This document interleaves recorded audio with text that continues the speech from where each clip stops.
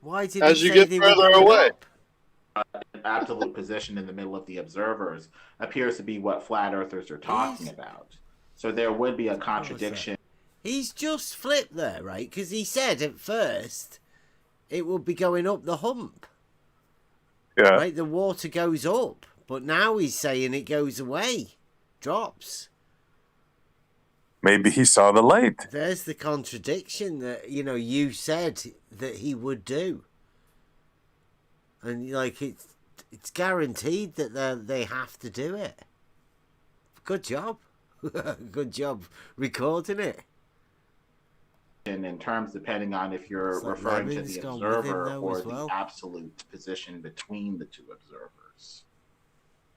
Well, you've just got two positions, two observers, and each one's going to see the same thing with respect to their position.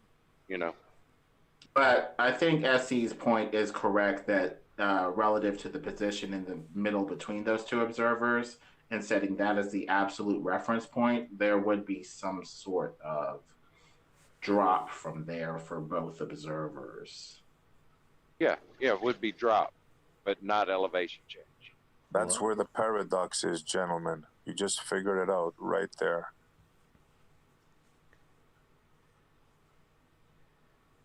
It also helps to clear up some of these paradoxes if you have an absolute reference. Some of the paradox is from the Globers trying to have it relative to a changing observer instead of an absolute position, like between the two observers.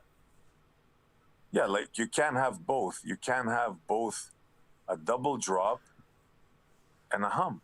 You can't have two drops turning into a hump. How about if you have 3 boats or 4 boats? Do you have a well? How do they see the water? Think about it, guys, according to your model. Yeah, I understand how that argument's presented in drawings and such, but they're incorrect. It's like what you're calling the double drop with a valley in between. Those would be 2 people that each one standing on a different sphere. That's the only way that would happen. Exactly.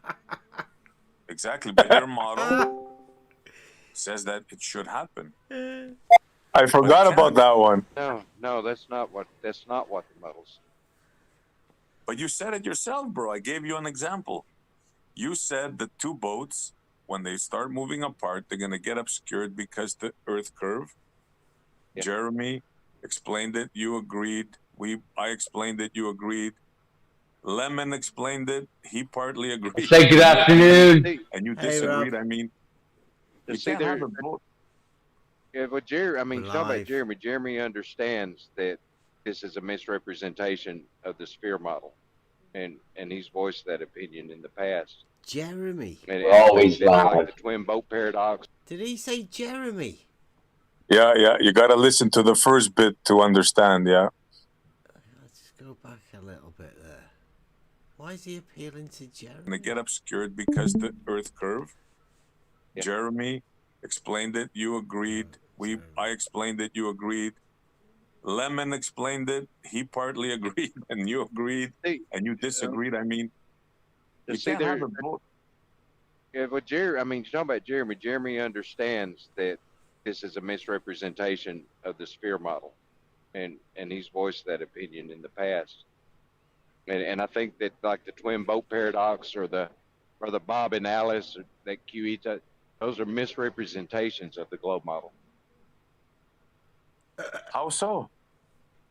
We walked through it. You agreed with the representation. You said it yourself. It's a paradox. You see a double drop, and then you said a hump. Bro, that's your model. No, I didn't say a double drop. I did not say double drop. Well, there you would said be both boats would looking directly at the other observer, which you would have to be looking down at that individual. Actually, as you moved away from them, they would be dropping in your vision, as if they were going downhill as they moved away from down. Exactly, but then they would have. The best part is yet to come. How could that be a drop, as you just said, and then turn into a hump? Yeah. When you've got one observer as one reference frame, and then you've got another observer as another reference frame, and then you throw a third reference frame in, which is a different reference frame. I love this one. So There's the no reference getting frame away from it. causes a hump and a drop? It's Yeah, just the third like the reference baller's frame does. canal. Causes the hump. The first and second There's no way around this. frames cause the drop. That triangle Whose flow of reference water is frames? another good one. Two people. The first person Yeah. looking is one reference frame, and the other person on the other side is the other reference frame. So one person sees a drop and the other one sees a hump? No, that's the second. The first and second see the drop. Then you'd have to have another person at the third reference frame looking from those two at those two, and then you'd see a hump. So You got somebody in the Outside middle. Wow. Then that you reference do that. frame. Well, you look. That's how you draw it on a 2D piece of paper. The third person, bro. So you need I don't know. two I'm having people a hard seeing a time drop trying to visualize and this. another one looking at Well, when you them. draw it on a piece of paper, see that's the how you hump. visualize it. Yeah, Now that you're third getting it. person is the only Yeah, I've one got who a sees picture the hump. drawn in my head of it. Now I see. Exactly. If you can draw it down, that would be great. Oh, I can't. If you can draw it. If you can draw it, put a 2D I model. tried, man. So now we got a But he third was observer in driving. the picture for this to work. Well, that We is the have- third observer seeing the hump. Yeah, Terry should do it. He's And the what do one the that's other two brought it guys in. see? Drop. So you got two guys seeing a drop? And come on, Terry, man. Surely you jest, right?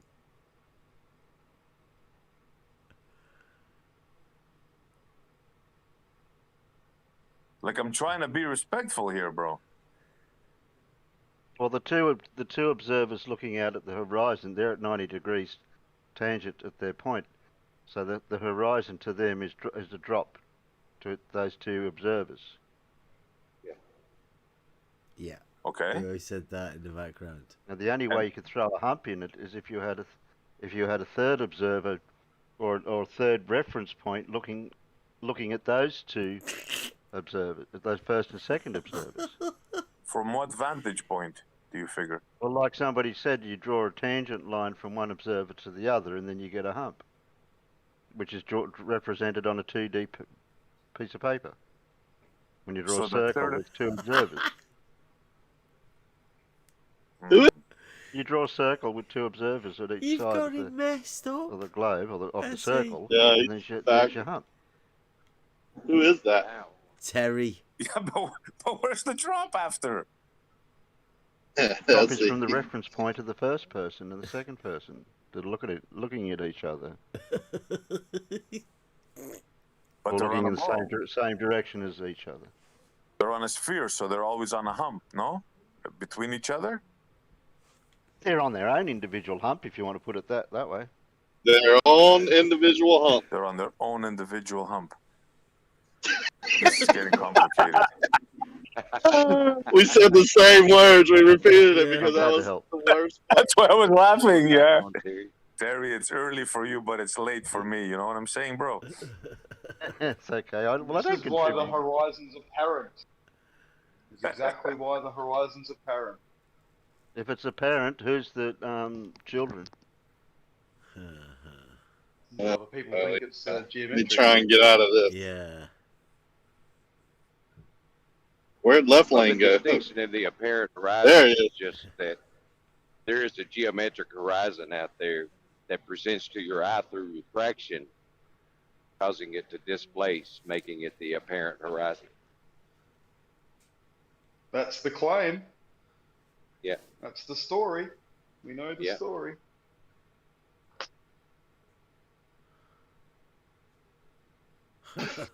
Which takes it all back to the black swan, where the argument is 1.22 times the square root of the observer's height in feet is describing the geometric, and it doesn't give consideration to refraction.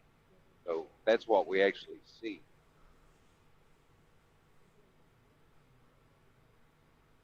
That's the calculation. Refraction is Earth curve. It's applied to what we see. What we see is what we 1.22 see. is not. You just described some Earth formula in curve, is mathematics it? that's applied to what we see. That's all Nice. that is. It's got Yeah, it nothing to describes do with the raw geometry the of the geometry situation, of the but Earth. we don't That's really see it ridiculous. that way. Right. It's a blatant lie. No, it describes the story. It doesn't describe any geometry at all. It just describes what we're being told that is actually there. We're not seeing it because what we see is apparent, but what's really there, apparently, is what you're describing with the mathematics. But that's yet to be proven by anybody definitively. So that's what we're arguing we'll about. wait for that. Yeah. Yeah. Well, that's all we'll ever argue about. Exactly. Sadly, it's a debate will go on forever because there's nothing definitive about what's being claimed, which is very eye-opening to some people.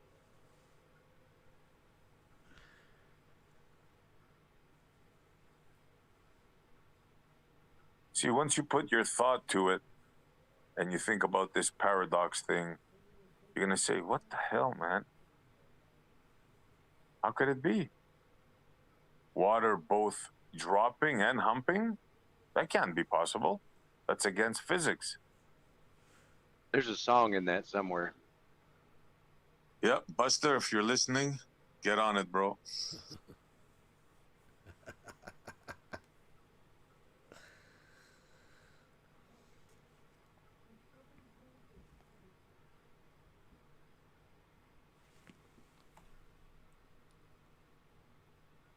Silenced them.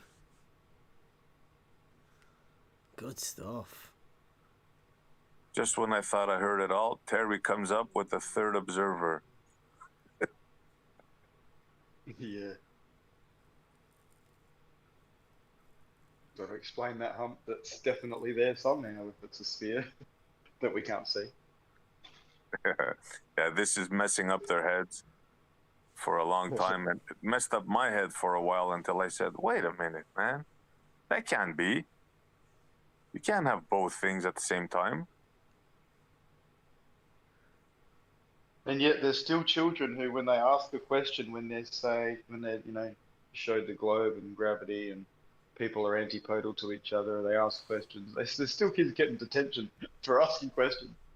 It's sad. Yeah, bro. I'm glad you said that. It's like they beat, for a lack of a better term, they beat the logic out of you. You know? Yeah. Yep. And then the other kids don't want detention, so they just know not to ask questions. Even if they're in their mind they've got a question, they just don't ask it. Yeah, they don't want to be made fun of. Yeah. Like I'm sure a and look kid where said, we are today. No different. Go ahead, bro. Go ahead, finish off. Oh, I just meant to say, look where we are today, the current situation. It's no different. You know, there's lots of people who've got questions, but a lot are very scared to ask them because of, dogmatic responses. Absolutely. You get humiliated for the simplest thing. I remember when I was a kid, I asked the teacher, Miss, why is cat spelled with a C when we have a K? Why do you know what she said got to in me? trouble for that, or No, I didn't get in trouble. No. But she said, because that's the way it is. There's no explanation for it, right? Yep, that sounds familiar. Somebody came up and said, look, cat is spelled with a C, and that's the way it is. The earth is a globe, and that's the way it is, right? Yep. Here's a ball that spins around. Show them that. That'll do.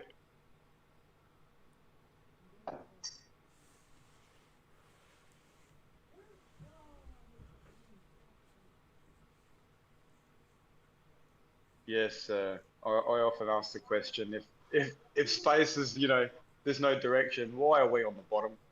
That used to piss me off. All the globes had Australia on the bottom, and being Australian, obviously, that just used to piss me off. Because it's like, why is it always depicted that way? Why are we never on bloody top? Like, space is not directional, isn't it? Like, why? Well, according to Just these propaganda, guys, mate. Yeah.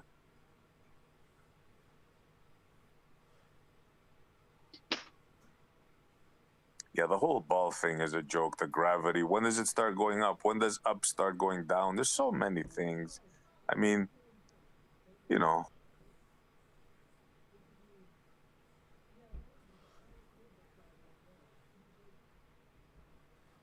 You know how when people say, that person doesn't know what's up, Yeah. Yeah. like some people don't know what up is, apparently. That crazy antipode. What's he talking about? And then people say, I know what's up. Yeah. There's no such thing as up or down. Yeah, there is. What is it? Up is the sky, down is the ground. Hello?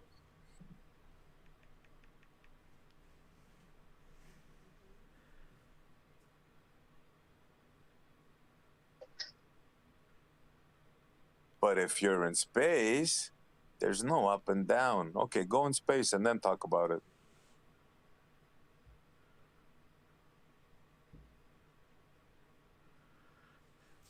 Do we get back to it? I see. No, I don't think so. I think we could end it here now. I think Sweet. we go into it. That was good though, right? It shows that this it is a proper paradox. It messes you up. Yeah, you hear them double speaking. It exposes the cog dis. You know, that intro that you said, where, like, I bet I can get you double speaking. Well, that's, you sort of tell them what cog dis is first,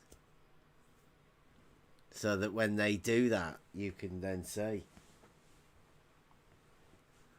you've just, you cannot see the paradox in it. I mean, they got to be able to see the paradox that's there.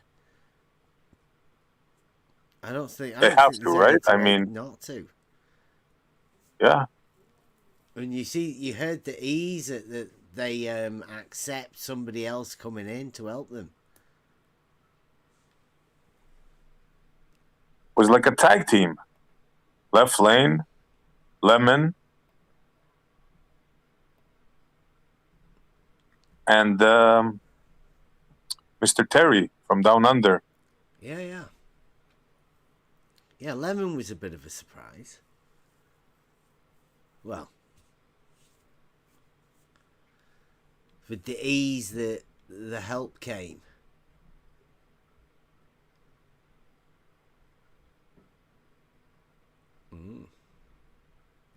The beginning of the video is interesting too, because I think Jeremy was fighting me on the, unless I got him wrong, on the Black Swan.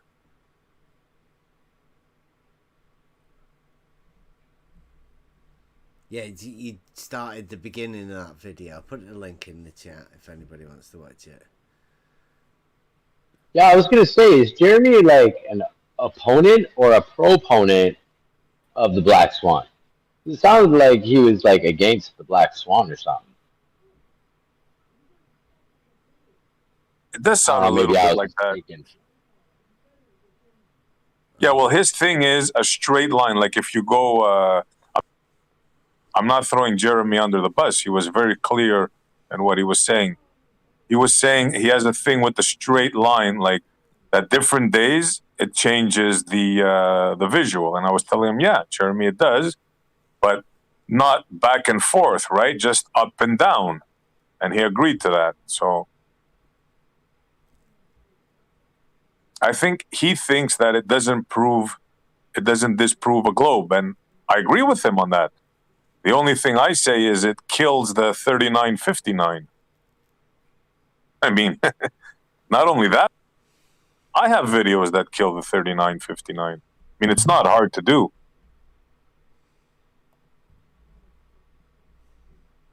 No, I think it kills the geometry. Yeah, but you can't say definitely the shape. Horizon. You can't say where the horizon is ever.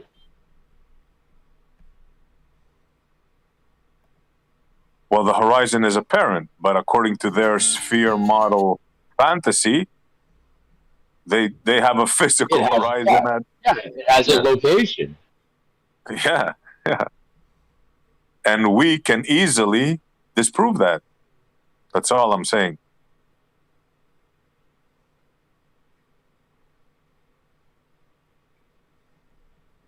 But I think in a way Jeremy was agreeing with me, but he sees it like differently. He sees it as if he sees it like the horizon change due to visuals, which is true. I mean, it does change, right? Visually. But if you have an oil rig that's 9 miles away, right? And you see, and you're 1.5 feet off the ground, right? And you see the horizon behind that oil rig. I mean, isn't that damning?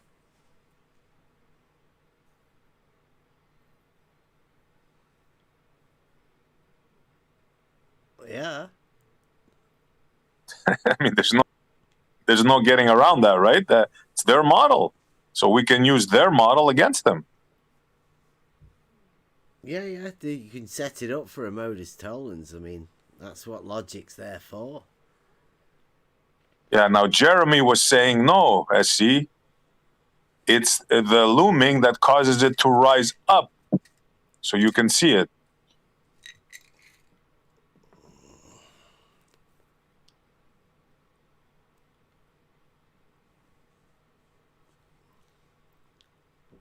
But what effect makes the horizon rise up and actually go back beyond the image you can see? That's exactly what I was telling him. Name me the effect in the so-called 5 different visuals of refraction, right? They say stooping, looping, schmooping, and duping, right? Which one? Which one of those 5? There's 2 more dwarfs you've got to put into there. Come on.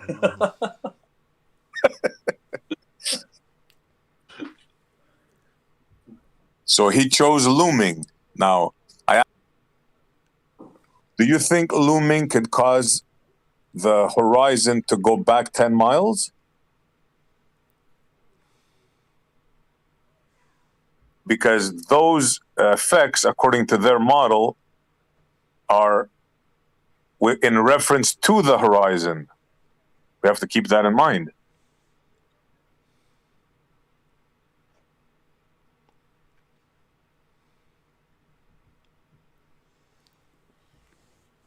I've never really liked the idea of looking at the horizon. That's bringing it back to 2015 arguments. Yeah. You guys have all heard the train tracks. Yeah. And they converge, right? It would the same effect would happen vertically.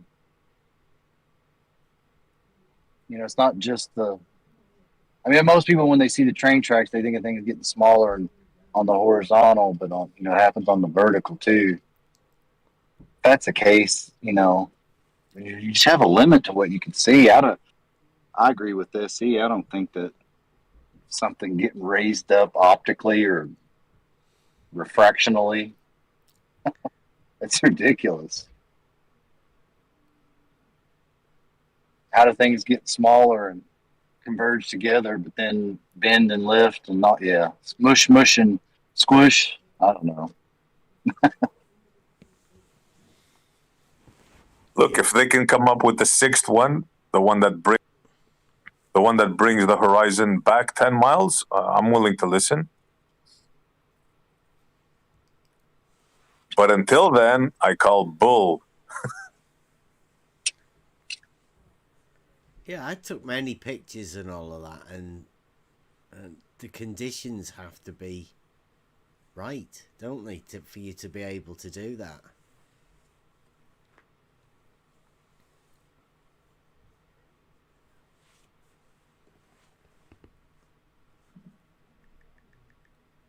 Look, I was curious. I watched all the videos, right?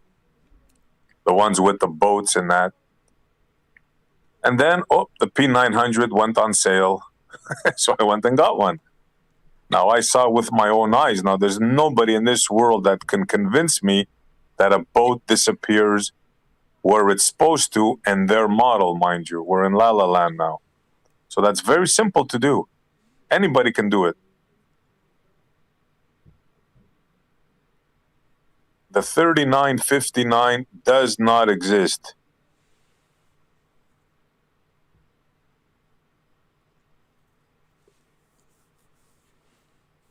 Nope. Can't be measured. Well, you've got a 1 degree angle drop every 69 miles. You go back or in the direction. It's drop, isn't it? Oh, sorry, no, so it's minus a degree. Sorry. One every 69 now. Keep that in mind. Yeah, that's fascinating the way that one works, isn't it? The beauty is their own people. Go ahead, Where it's all derived. I was just gonna say that's where it's all derived from. An angle to a star that when you move, the angle changes. I mean, everything gets reverse engineered from that. Kind of like the air pressure thing. Not to change the subject. Yeah. Yeah. In every front, we have them down packed.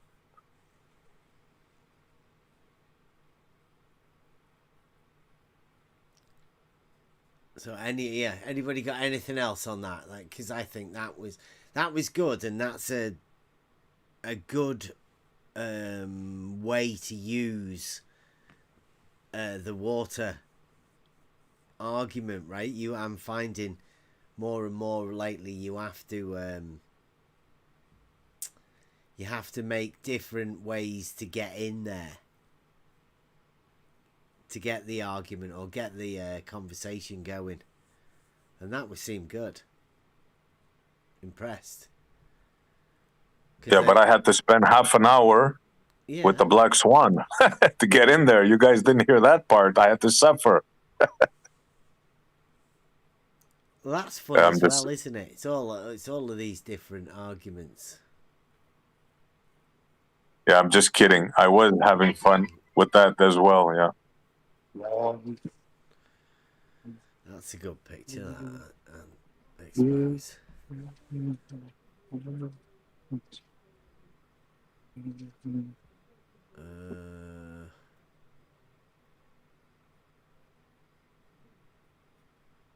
I don't know. I think they're both about the same distance because it looks like they've been put together. Obviously, it's the one on the left, right? Well, I think that if you go with the window sizes, there's not much difference, really, is there?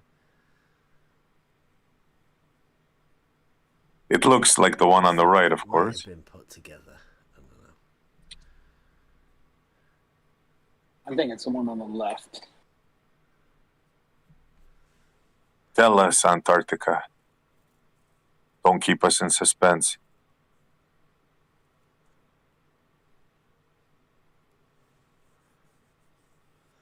Oh, RV Truth. Oh.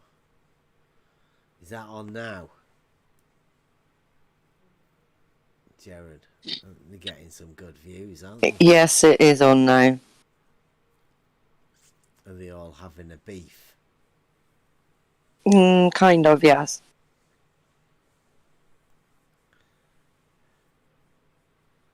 Drama. Gotta keep it going, haven't you? Right, I've got George's thing queued up. So has anyone got anything else, or do you want to go over that George one, or? Well, I'd like to say thank you to Terry for bringing us the third observer for the twin boat paradox. Thanks, bro. For showing us his new particular cog dis involving that, and like that's the way you can have the hump if somebody else is looking at it, but the two observers would both see a drop. Yeah, I think the sorry. I was just thinking, like, why the third observer wouldn't also see a drop to the other two, why he would actually see the hump is a bit of a, like I say, you know, like that's got to be special cog disc, that SE. Very well done for recording that one for us. What about 4 observers? Yeah. Think I asked about him it. that. Huh? I asked him that. Would he see a But then you've hyper hump or a hyper drop? Like Four- maybe about a going well? to meta. 4 humps, 4 drops. Or a sinkhole. So A like sinkhole turning into a hump. this is all like observations and stuff, but I think profile leveling, where you're looking at it from the side view and you're leveling, I think that would be a way to measure it, right? Profile leveling from the side view, always elevation. Orthographical. Orthographic, off of a right angle. Yeah. Yeah, you have to first off establish your original line, and then at the center point make a perpendicular and view it from that position.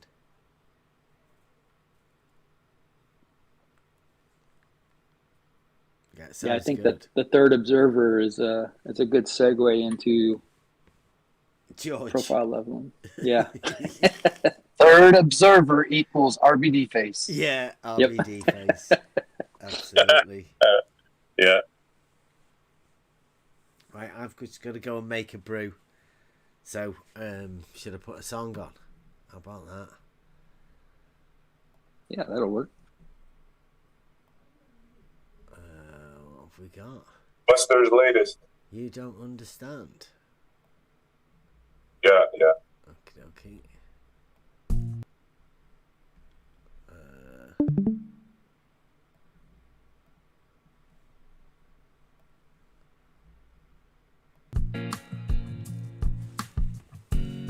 Back in a minute. 4 minutes.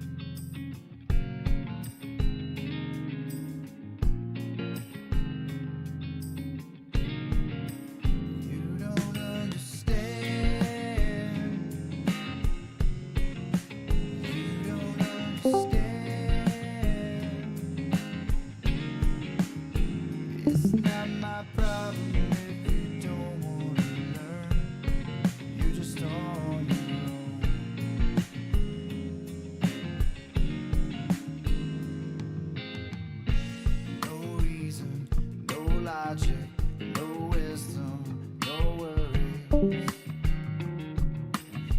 just on your own. No reason, no logic, no answers to questions.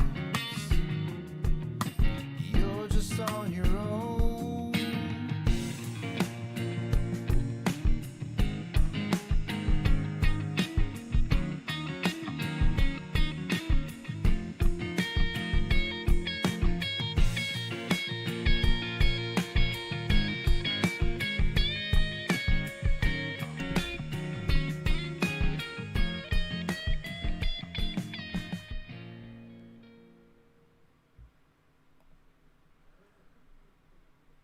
Cool. I'm back. Good timing. Oh, it does seem a bit empty without any words in that one, Buster.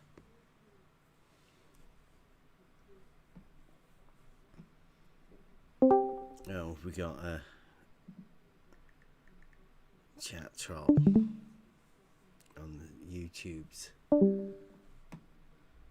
me just deal with that.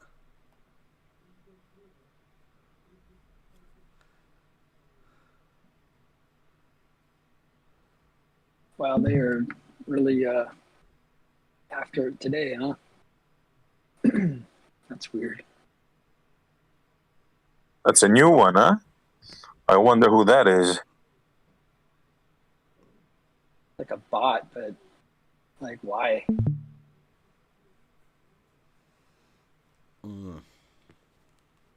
Yeah, I know. Some people just don't like other people talking about stuff. I don't know whether it's hidden or not. Yeah, never mind. Right. Thanks. Imagine water triggering somebody. Well, we're gonna get RBD face. I mean, this is learning from the masters of the globe. Right now, if I've got my screen on, so I won't be able to keep an eye out on much else. Well, I've got the screen going now. Set up to this. The video we've got. It's about 4 hours long. Yesterday, was it yesterday? Maybe a day ago. What's that with George? No, I Yeah. don't. A couple of days ago. Well, a couple of days ago. You'll see in the full video.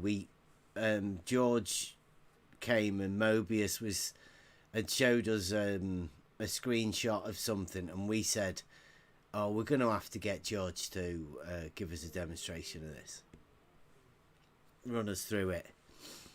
And Mobius was set the task then, but then George came in and eventually he managed to do this presentation. Now this is, I don't know how to lead it or whatnot, but this is how the globe model is perceived by someone who doesn't really understand surveying, but has a model that this surveying in reality has to work on. So I don't know how to put it any differently. Let's see how many screens have I got going on there. Right, okay, anyway, so I'll play it. Let's see how it goes. Are we there again? There we go. See. You see it now? Yep. Yep, there it is. Perfect. All right, I'll go on. Okay. I don't know, for some reason it canceled me. Oh, okay. Well, we'll try again. Good. This was good. All What right. is this? That's good. Okay, so what we have, the green are our two rods, or our grading poles. You know, they'll have marks on it. You know, in the UK, I don't know what you use for graduations there, maybe 5 millimeters. What are your grading poles marked at finest resolution, Bev. On the backs of them, you get millimeter on the back, but if you're after really accurate stuff, you got millimeters on the back. Oh, so they will grade it down to a millimeter, huh? Yeah, but really close. You know, you have to do Yeah. that. That's Right, You got of course. you're Yeah, in the usually a U.S. centimeter or half centimeter. Yeah, in the U.S. they're generally marked in hundredths of a foot, which is about an eighth of an inch. Mm-hmm. So, okay, so these are our two grading rods in green. The auto level is the blue in the center here. And in differential leveling is the best way to do it. The easiest way is you set your auto level midway between the two poles. You don't have to for differential leveling, but by putting it symmetrically between the two poles, the curvature of the Earth drops out, and you also end up minimizing refractive effects, and I'll tell you why that's going to happen here in a bit. So you have your auto level set. Well, I'd just pause it for a second there, because if you want to get like a distance from one place to the other, then it makes sense that you put the tool in the middle, because you maximize the distance that you can see, and two, it just makes sense that you go in the middle. You know, I find it difficult why George didn't just mention the practicality of putting your auto level sort of in the middle of the thing that you want to check, because you're moving the level from one side to the other. Like, it just makes sense. And also, this picture that George has got here, I think this is meant to be an auto level, and this line is meant to be a horizontal, but for some reason he seems to have put it on a slope. And I'd also say that it's in a hole. Yeah, wouldn't he have a different, if he was to the left or to the right, wouldn't he have a different measurement than what he would have at the very exact middle?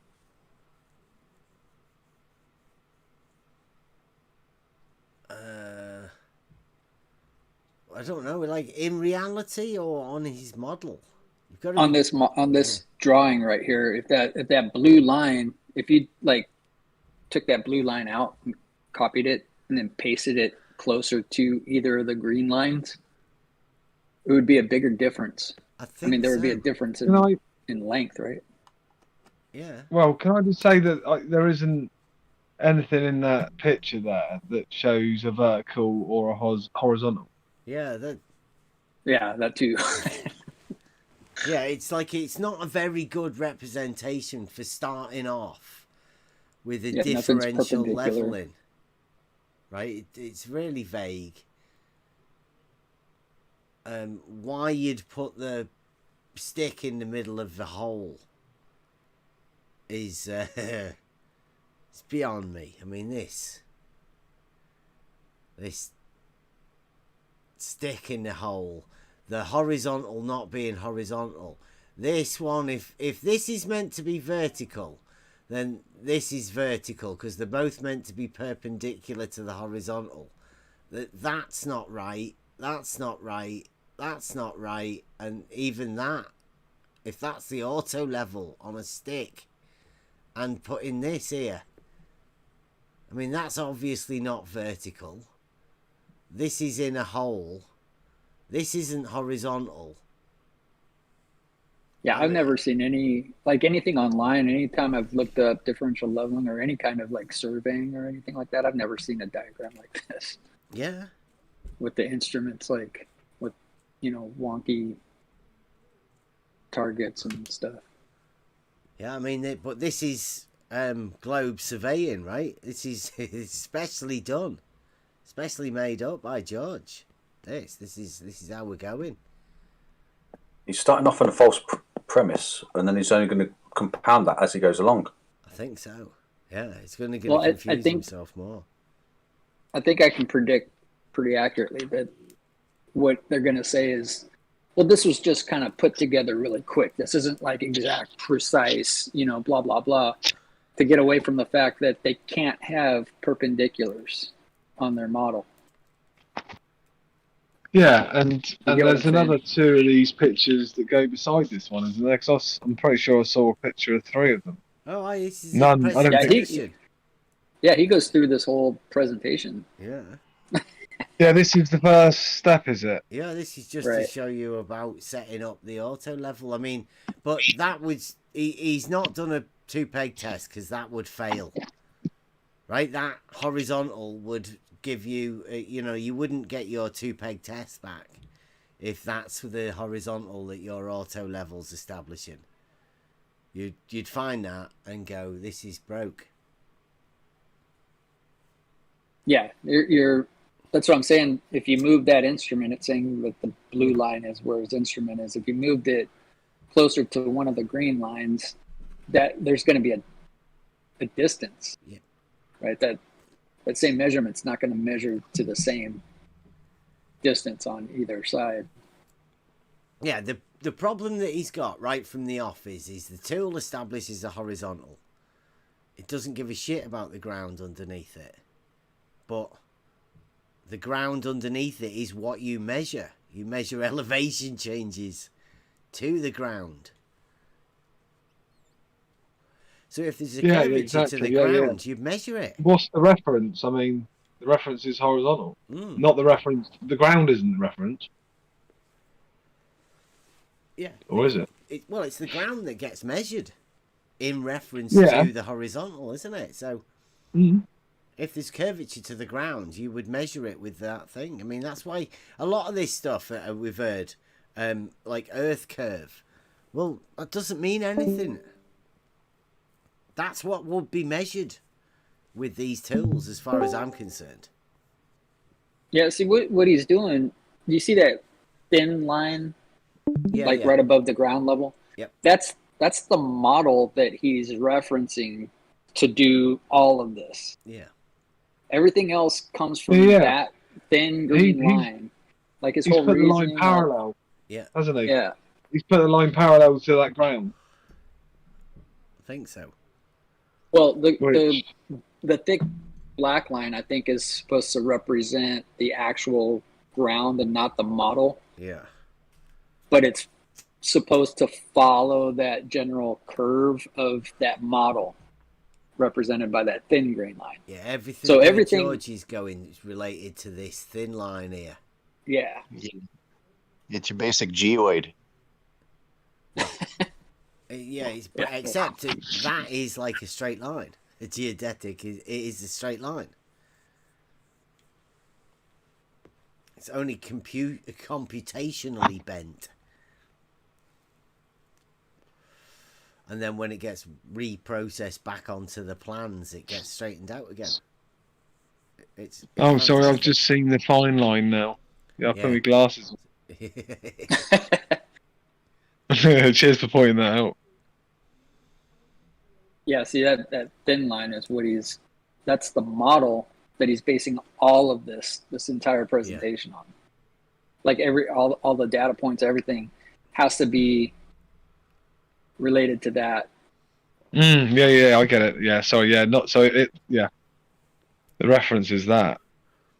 Yeah, he's not using Not a horizontal level. line to reference for vertical measurement. He's using that model Yeah, but for it's placement not, of everything. This isn't even, like this one here is definitely larger angle this side, shorter angle this side. Absolutely. So he's got that wrong, for one. I know he's, like you say, he's only done it in paint, but that's George's preferred tool. He's been taught this by Rumpus. I mean, it'd be nice to see something a little more accurate. Well, that's what I'm saying. Like even if he's going to say, well, I don't have the professional graphics programs and stuff like that to do it precisely. So this is just, I'm kind of putting it together nonchalantly, like, you know what I mean? And he's going to use that as an excuse why all of this, the premise fails. Because we're pointing at the premise of it, and he's going to say, well, the accuracy would be better if I had a better. Well, no, it wouldn't, because your premise is fucked. Well, yeah, I mean, there's no measurement of distance there. There's nothing. There's literally there's not even a letter there. Normally there's a letter to look at. Well, he gets more into it. Yeah, RBD face coming up. Oh, yeah, that's happening. Oh, right, yeah. Sorry. Yeah, I don't want to get the cart before the horse, but it gets a lot better. Yeah. Right, this is just the outline to show you how wrong he's going to start off. And then, yeah. I mean, here we go. Putting his best foot forward. And now you can spin the scope around. You can shoot. I mean, I don't think I can hear it. To the left, so... which we call the back. No, I've got a problem with the old audio. Spin it But 180 fine. degrees. Yeah. Okay. I'll just watch it. Yeah. And shoot in the forward direction, which we call the foresight. Now, with the auto level set up and the compensator moving freely, you shoot a straight line, and you are guaranteed, when you look through the scope of the auto level on the back sight to the left pole and read the mark or put a mark there, and then rotate and go around to the foresight and read your mark on the pole, that these two marks that the auto level is sighting are at the same elevation or at the same level. Level and elevation, if things are at the same elevation, they're also on the same level. That if you connected, say, a continuous line all at the same level or at the same elevation, you put water in the trough, the water is just going to sit there. It's not going to flow. That's what we mean by the same elevation or the same level. But you are guaranteed, even if the auto level is out of adjustment, that if you sight a foresight and a back sight on the pole, that these marks will be at the same elevation. You're always guaranteed that with the auto level. Right. Even if it's out of level. Yeah, did you hear that? Yeah. Wow. Right, I'll go back and do that, because, I mean, that deserves another go. That'd be worth it to do that again. Yeah. Direction, which we call the foresight.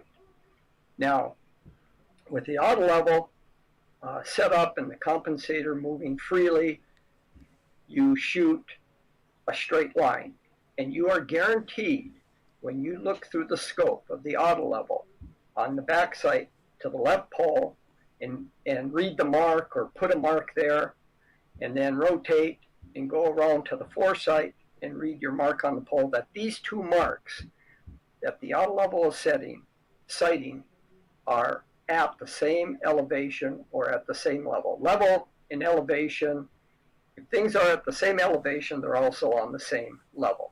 That if you connected, say, a continuous line all at the same level or at the same elevation, you put water in the trough, the water is just going to sit there. It's not going to flow. That's what we mean by the same elevation or the same level. But you are guaranteed, even if the auto level is out of adjustment, that if you sight a foresight and a back sight on the pole, that these marks will be at the same elevation.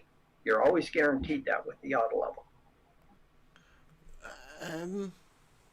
That's wrong. Yeah. Right, That absolutely right wrong.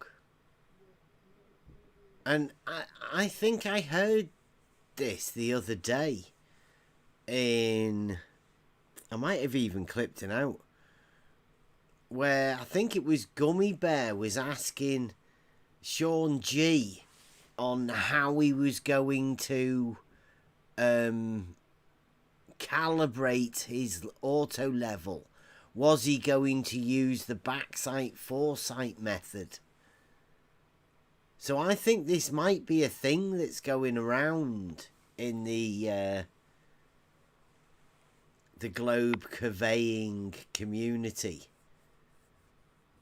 that if you just do backsight foresight, right, like you say that like a magic thing, and that means equal elevation.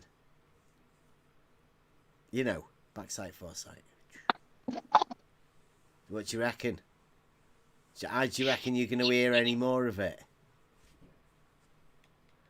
Well, that's what he went over with me when he and I had a conversation where it was just the two of us. He was saying the same thing, but he's just transposing the same elevation from pole to pole. I'm like, that's not how you do it. That's not what you're trying to do. You're trying to measure the elevation difference, not transposing the same elevation. I don't know.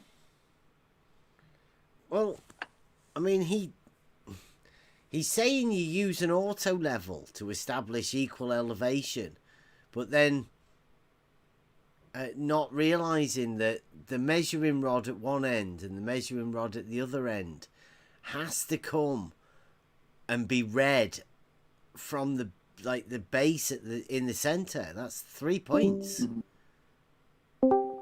Like 3 points establish a plane. Obviously, like a water level, like it establishes a plane. I was just gonna say if he's saying that line you're seeing, that the crosshair to the reading on your story pole is the same level as the back sight, then he's already screwed himself. That saying horizontal and level are two different things. I mean, if he's saying you shoot through that horizontal crosshair, and that reading you take is level, well, yeah, level's horizontal. Yeah. I mean, it's what he said, right? He said if you take that reading, that is the elevation, it's level. Equal elevation. So, like, he's agreeing with us on that point, but then goes on to do his RBD phase. So, yeah. Yeah, you know, I was just listening to that exchange right now, and I totally understood it without any visuals, that those 3 points create a straight line. Yeah. Sort of I don't with know a how people shared don't straight get line it. segment as well, ish. Why does he have There's a lot of not right people. Cool. Why does he have the third pole into the ground? What's that all about? I don't know. You literally wouldn't do that. You're trying to find the elevation of the land in that particular bit. Then you wouldn't. You'd hope that your rod man isn't finding a fucking divot every divot. It's unbelievable, man. Like, you'd know, like, if you've ever actually done surveying, then you want to be putting all of these points on serious, like, marks. You know, they would have to be solid, established points that you can measure to next time to check. You know, corners of curbs, or, you know, like, on the top of fire hydrants, or, you know, that sort of a thing. Something that's going to be dead static every time.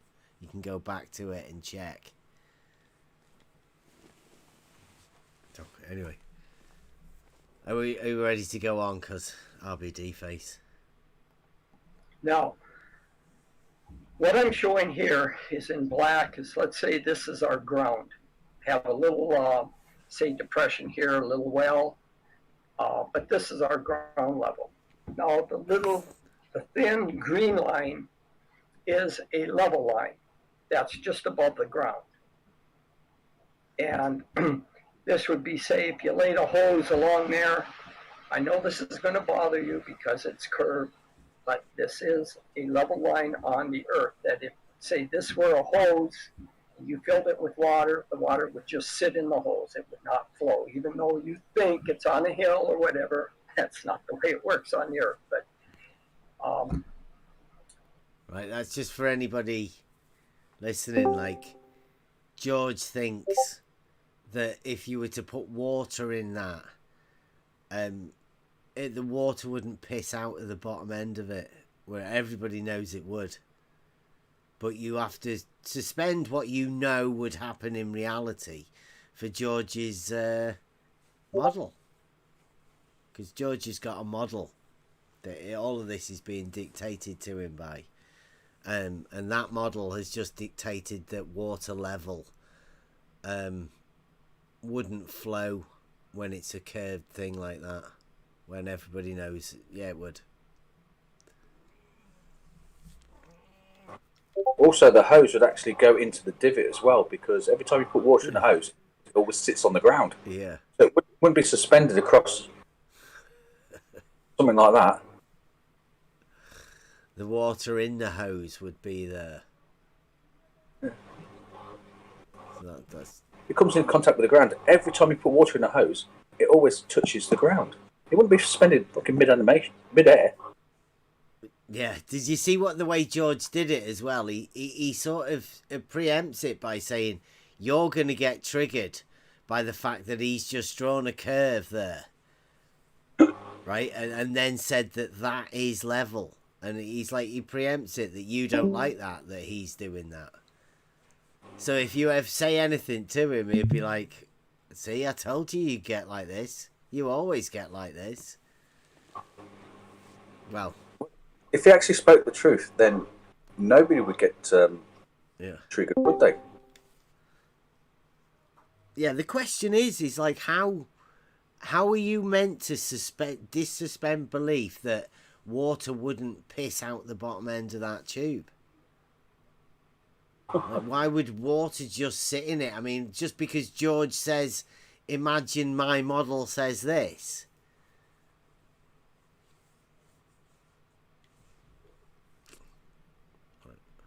I've got to stop really living in reality. Start living in bloody George's head. I can't do this fantasy shit. Here we go. What you have when you shoot these two marks on your pole, if I were to say, best note as well that George is, seems to have fitted a microphone like inside his keyboard. And it gets very loud when George starts messing about with his stuff. so measure the distance shown in yellow from where the auto level is sighting on the pole to a level line on the ground. And I look on this one too.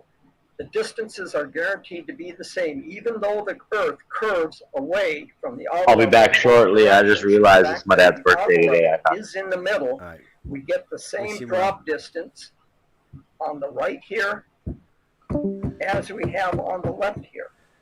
What the? And what that does is in differential leveling, this is a differential. We're comparing one side to the other side. Whoops. And we are guaranteed by symmetrically placing the auto level in the middle that the drop distances to where it sights on the pole is the same on both ends. So the Earth curvature ends up not being an issue. It drops out of the equation. Right. Now, is it as though George has forgot about what actual differential leveling is? And is George just doing this for Earth curve? Yeah, I don't think that he's describing differential leveling. I think he's made up his own method and calling that differential leveling. Yeah. Yeah, because he's saying here it would be the same. Well, it wouldn't, because you measure the distance from the land and it's called differential leveling because there is a difference in the levels. That's what you're measuring, is the difference in the levels of the land.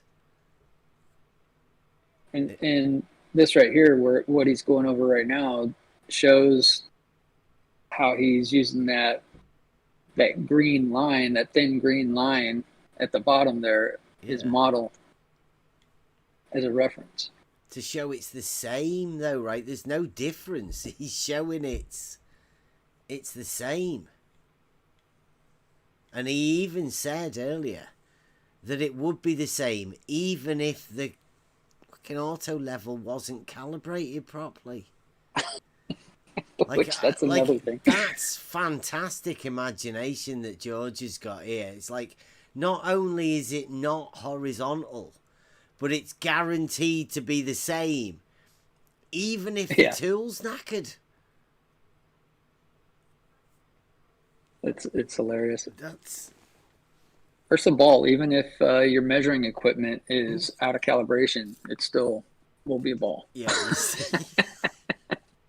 Axiom 1, baby. Yeah. How can I make it so I always win? Well, this is make up new globe surveying methods. This is brilliant. So there we go. We are guaranteed that these two sites, these two marks, are at the same elevation or the same level. It doesn't matter whether you're on a flat earth or a curved earth or whatever, because of differential leveling. That's the beauty of differential leveling, is the earth curve drops out and it doesn't affect your measurements at all. The other advantage... Right, so George has got differential leveling. Doesn't matter whether it's you've got a globe or a flat or any sort of shape, or whether your tool's even in calibration, whether you know what you're doing or anything. Like, you will always guaranteed to be like this because differential leveling. That's the beauty of it.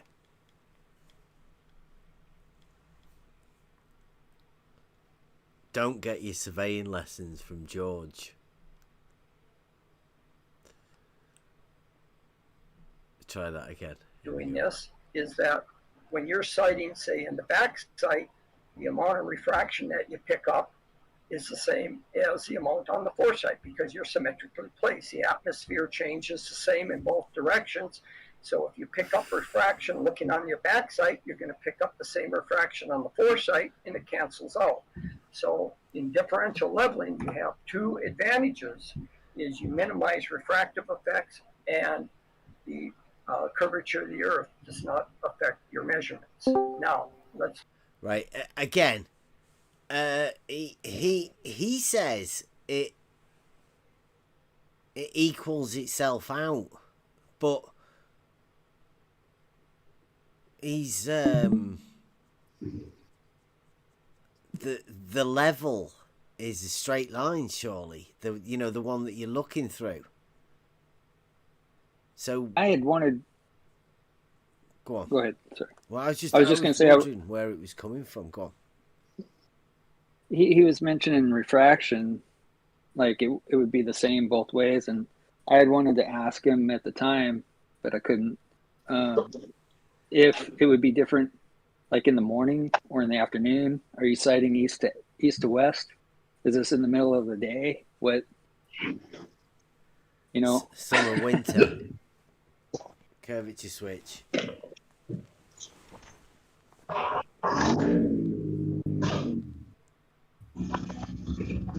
Yeah, I'm seriously struggling to work out why he's bringing refraction into it and all of that as well, and saying, because he seems to forget that you are looking through a scope from the center. Yeah, I think he mentions it later on, but yeah, the refraction is pretty much the same as the other thing, so I don't know. We've got the music. Who's that? Rob? Sorry, guys. I have to mute him. Right. I've muted Rob.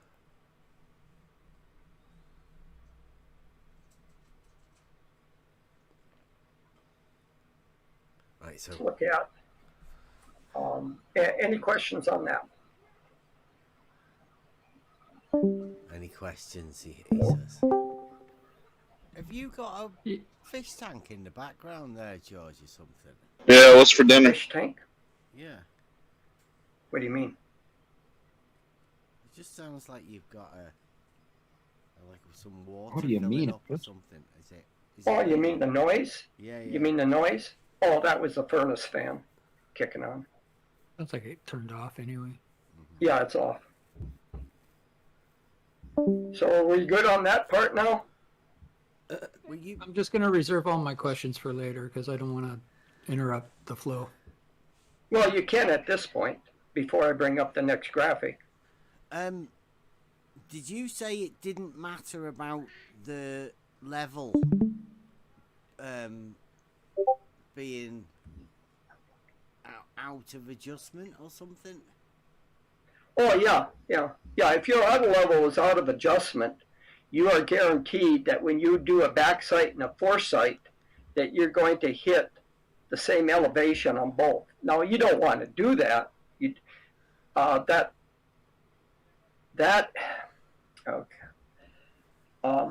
This property is useful, say, if you're going to do a two-peg test to check your auto level, is all I'm saying is, let me back up here, it's important to have your auto level and adjust. Let's back up that again. Because we are guaranteed that these two sites, these two marks, are at the same elevation or the same level. It doesn't matter whether you're on a flat earth or a curved earth or whatever, because of differential leveling. That's the beauty of differential leveling, is the earth curve drops out and it doesn't affect your measurements at all. The other advantage of doing this is that when you're sighting, say, in the back sight, the amount of refraction that you pick up is the same as the amount on the foresight because you're symmetrically placed. The atmosphere changes the same in both directions. So if you pick up refraction looking on your back sight, you're going to pick up the same refraction on the foresight and it cancels out. So in differential leveling, you have two advantages, is you minimize refractive effects and the curvature of the earth does not affect your measurements. Now, let's look at any questions on that? Hello? Have you got a fish tank in the background there, George, or something? A fish tank? Yeah. What do you mean? I backed up too much. It just sounds like you've got like some water filling up or something. Is it? You mean the noise? Yeah. You mean the noise? Oh, that was the furnace fan kicking on. Sounds like it turned off anyway. Yeah, it's off. So are we good on that part now? I'm just going to reserve all my questions for later because I don't want to interrupt the flow. Well, you can at this point before I bring up the next graphic. Did you say it didn't matter about the level? Because everything was funky, wasn't it? Out of adjustment or something? And then, what's he saying? Oh, yeah. If your auto level is out of adjustment, you are guaranteed that when you do a backsight and a foresight, that you're going to hit the same elevation on both. Now, you don't want to do that. Right, he did confirm that then, right?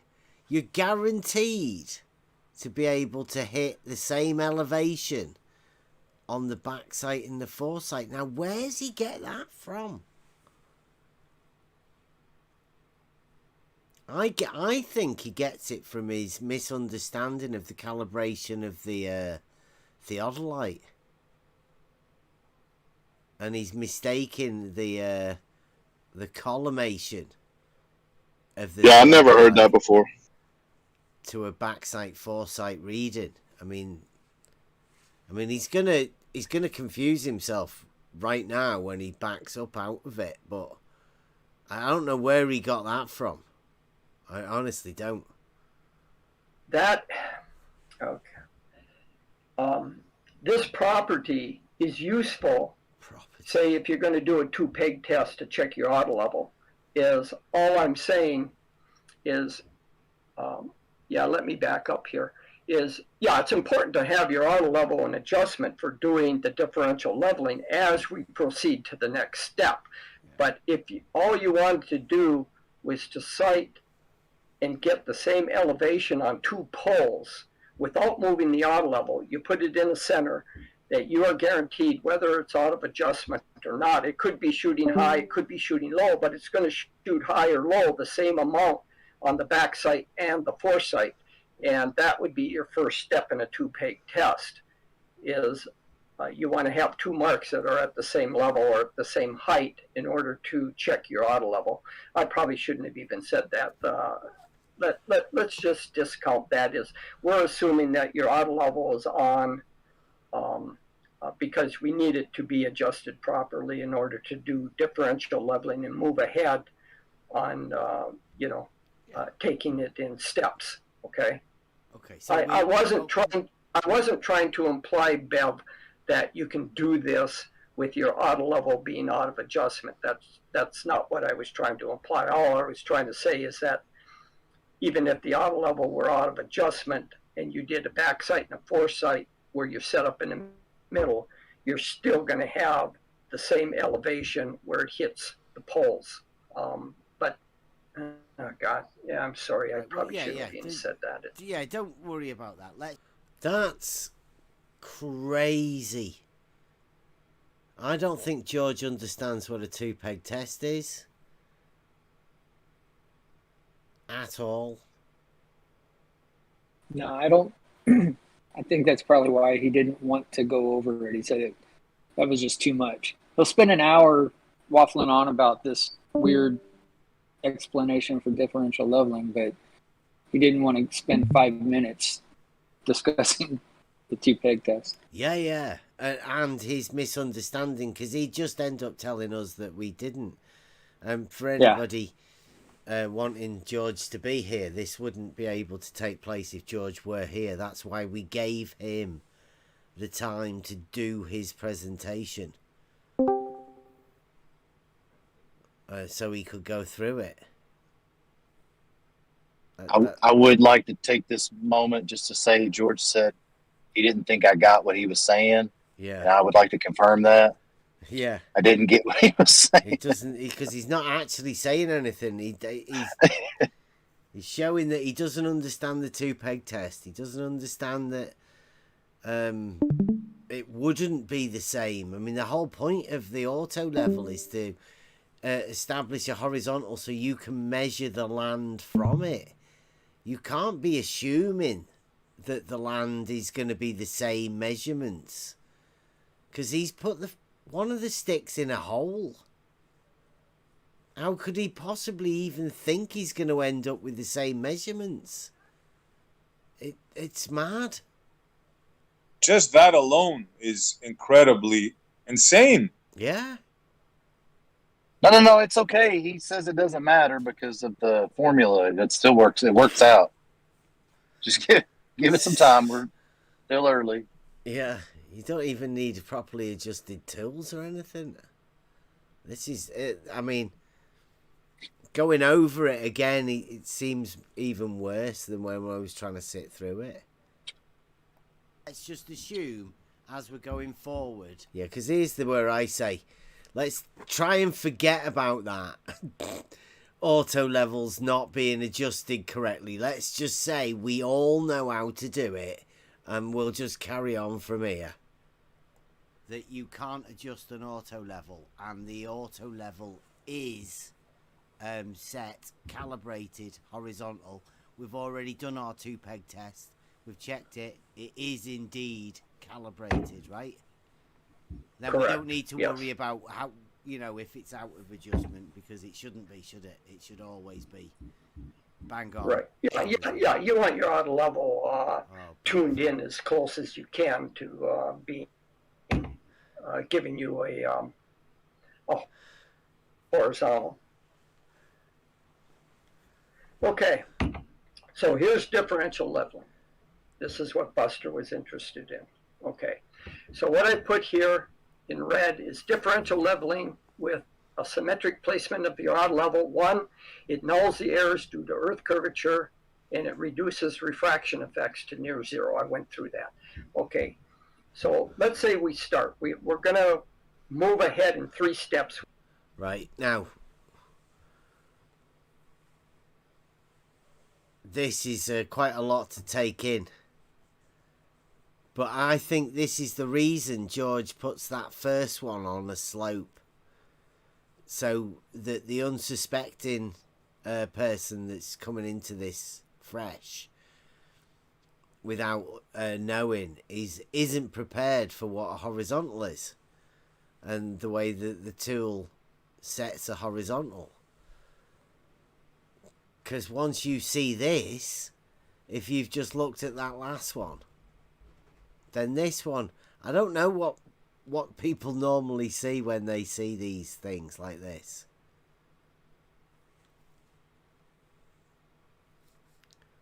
That to me is crazy.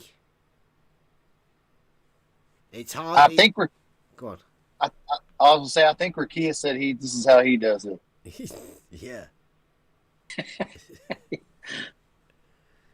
I've never heard of some of the things he's saying. I don't know.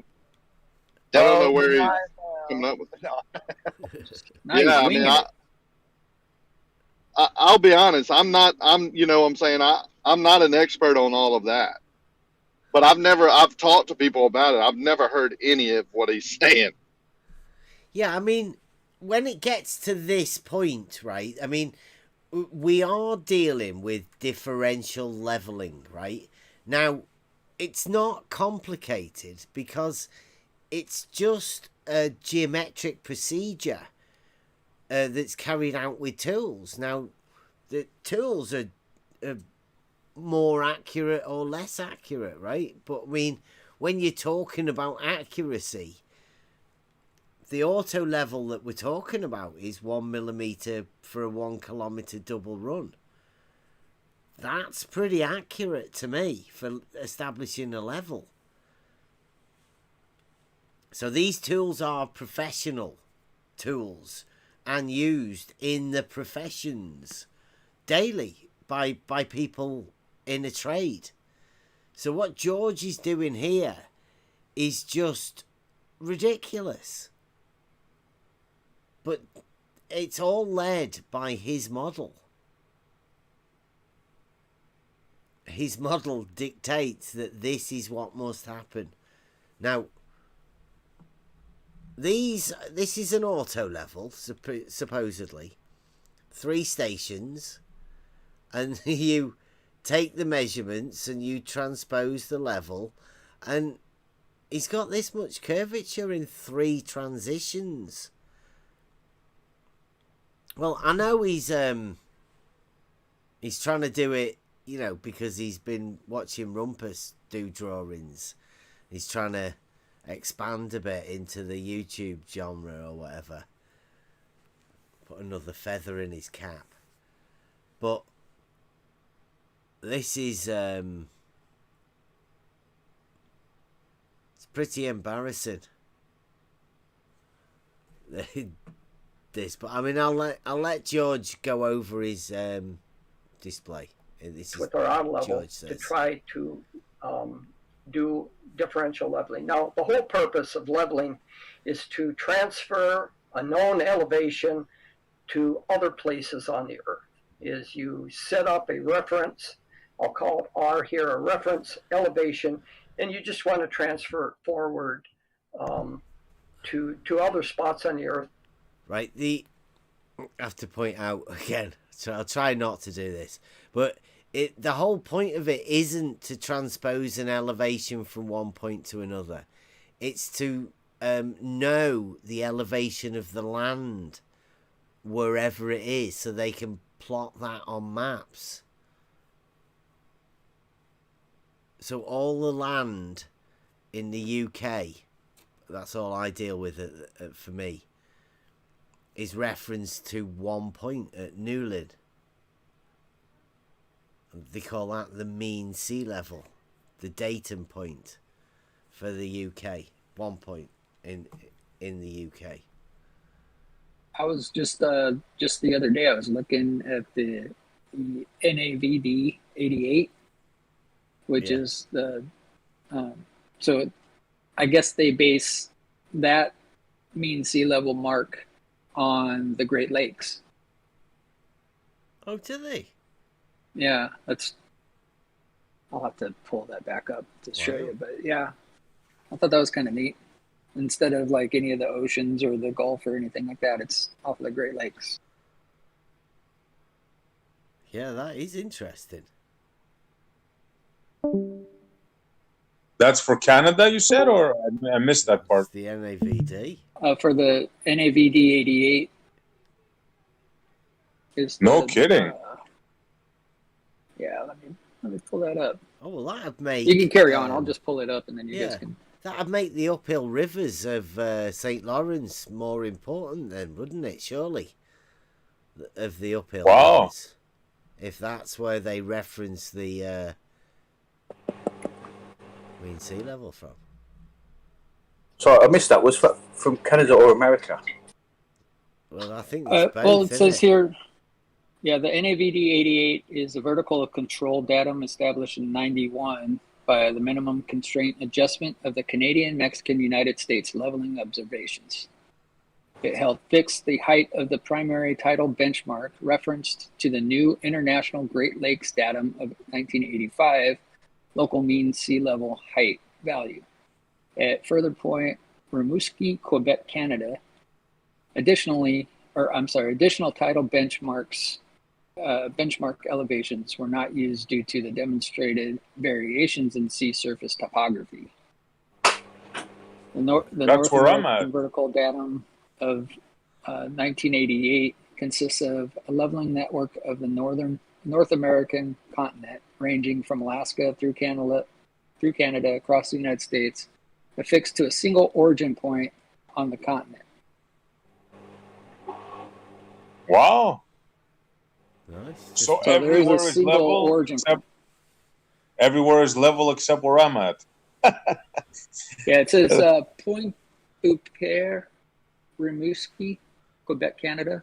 The tide station is, I can't pronounce it. It's French. Point Upere, Rimouski. I don't know. It's in Quebec, Point Canada. Upere, Rimouski. Yeah. Okay. Wow.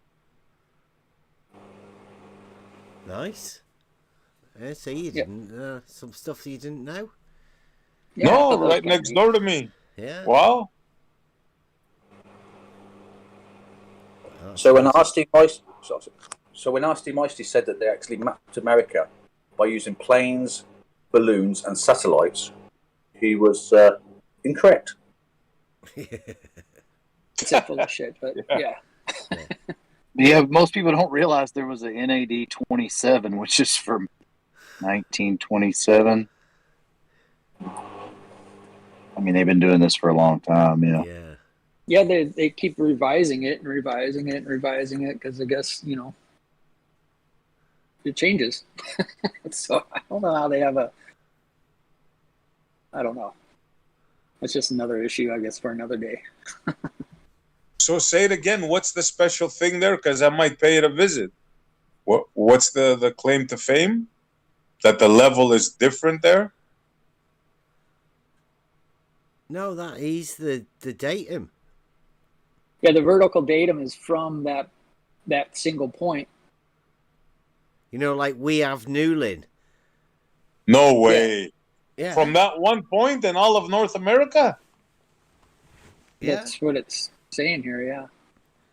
Wow, we got to visit that place. Yeah, you have. That's your mission.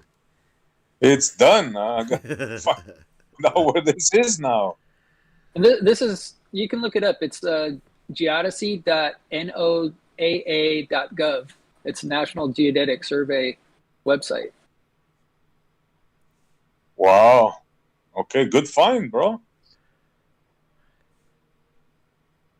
course, I'll probably get told I don't understand and I'm doing it wrong, but yeah. Yeah, of course.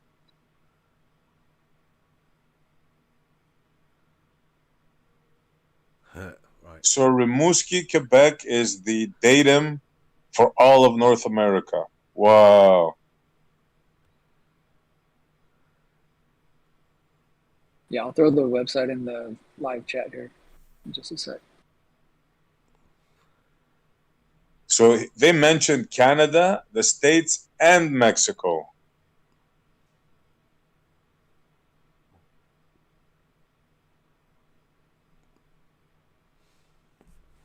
Right, we ready to carry on with George's thing? I think we just got over the elevation changings, didn't we? But here we go. To establish places at the same level or the same elevation. Now, that's one thing that surveyors do, but they do much more than that. Particularly in this country where I'm at, people have a lot of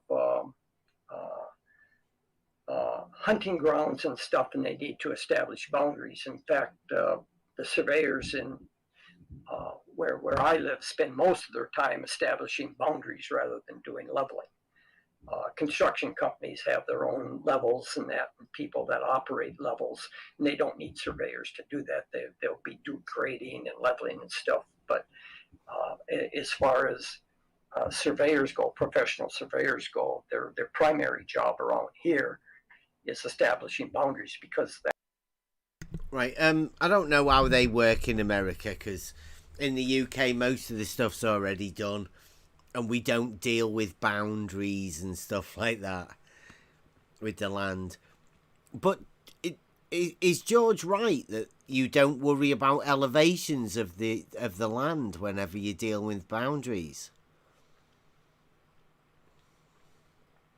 Is that, I don't know how it's done in America. Is that right?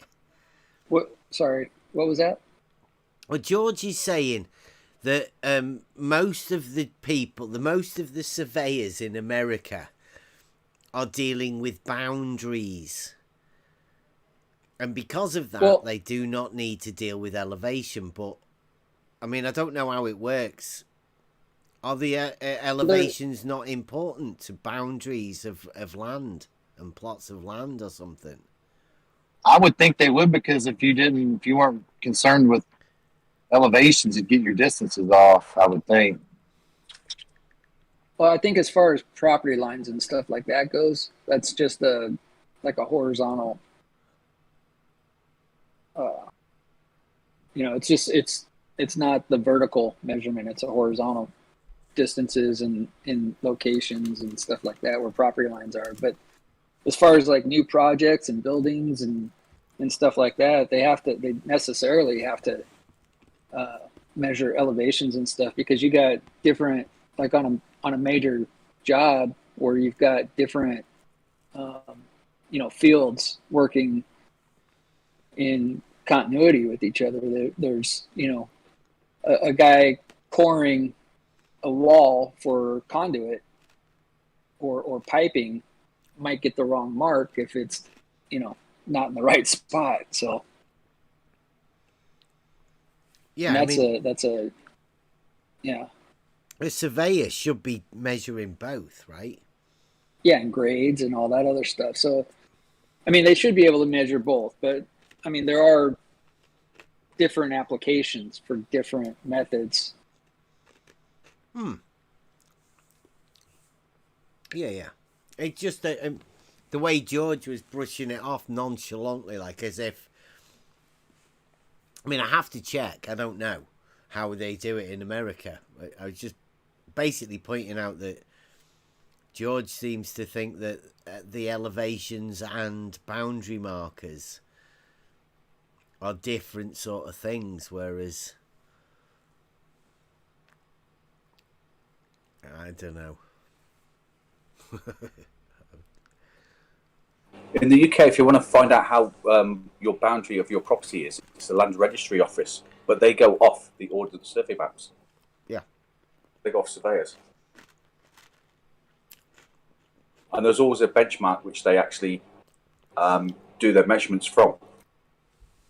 Yeah, I would imagine that that's what happens in America, right? If you've got a plot of land or whatever that you're bothered about boundary markers and for sale or whatever, then that will be on a map somewhere and you just have to find it.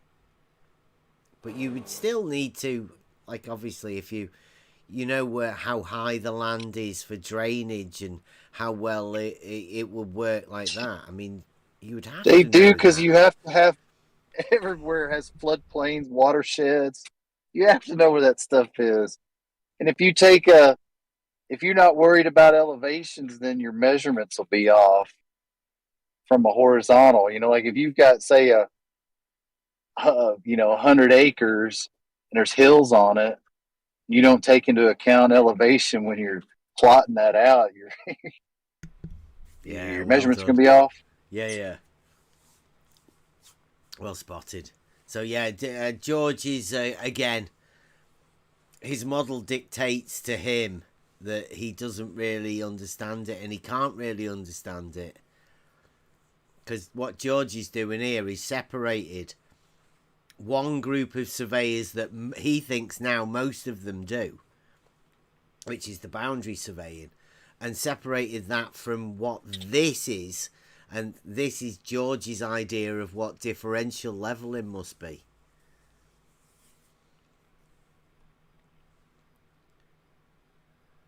There you go, Tom.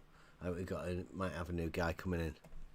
That's a legal thing that needs to be established, and they need to be able to sign off on legal documents on property lines and stuff like that. So most of their time is used in establishing boundaries rather than doing a lot of leveling. But the differential leveling procedure is this. All right, we set up our auto level at position 1A. The black, again, the black thick line is the actual surface of the ground, okay? And this thin blue or green line here that you see is a level line that goes through M. M is our monument. Say this is a peg that we put in the ground that we know its specific height to it. I just have to point out as well, he is drawn in, like he's not wrong. I don't know how good it comes through over on Twitter there, but on YouTube, sorry. It's a really thin line that he's put on there that is different than the ground for some reason.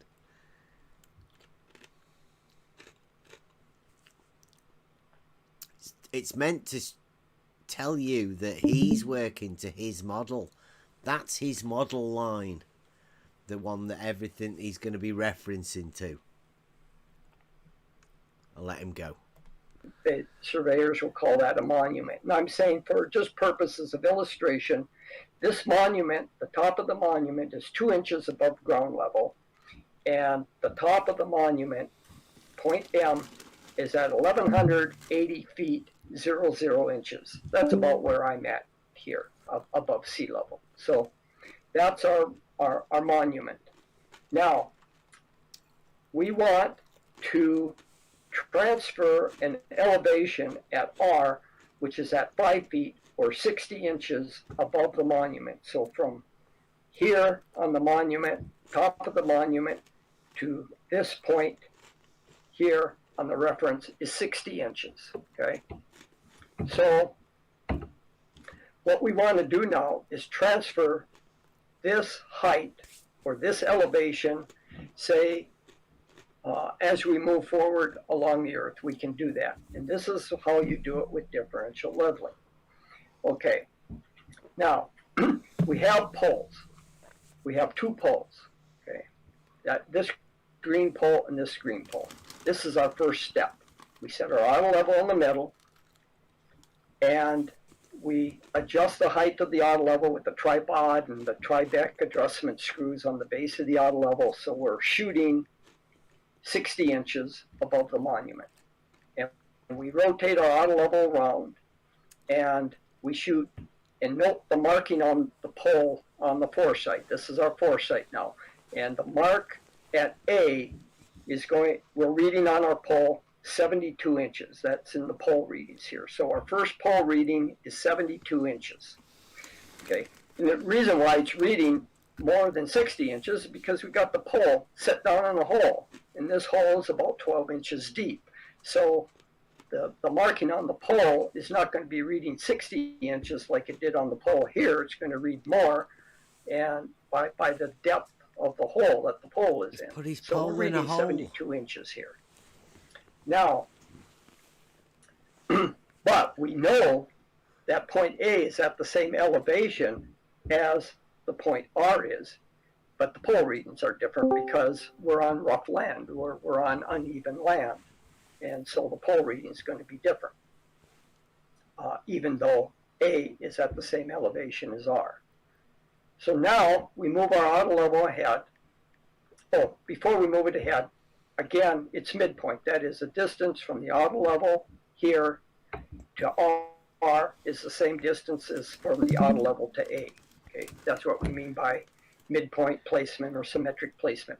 It's absolutely imperative in order to drop out the Earth curvature that the auto level be in the middle between the two poles. So now we move our auto level ahead a certain amount, and we measure the distance from the auto level to the pole, and then we can grab this pole here that we started with, or grab another pole and move it ahead in the foresight direction again. Now this pole becomes the back sight for this auto level position. We put another pole in that's the same distance away from the auto level as this pole is. So that again, we're in the middle.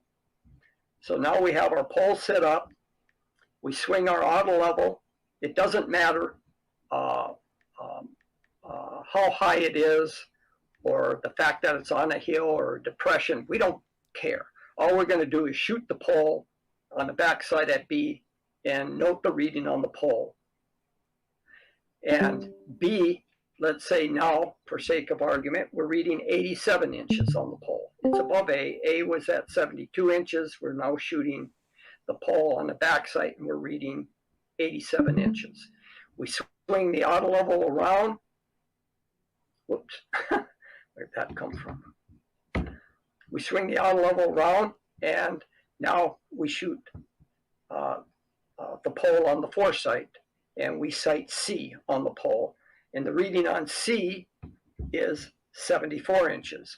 We can see that the pole is a little bit on a hill compared to where B was. B was down in the hole, so the reading on B is going to be higher because it's higher up on the pole than D. D's a bit up on a hill. So now we're reading, or C, we're reading 74 inches on C, on the foresight. So again, by...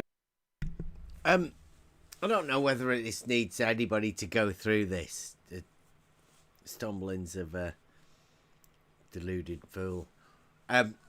Basically, he's just making transitions with the auto level.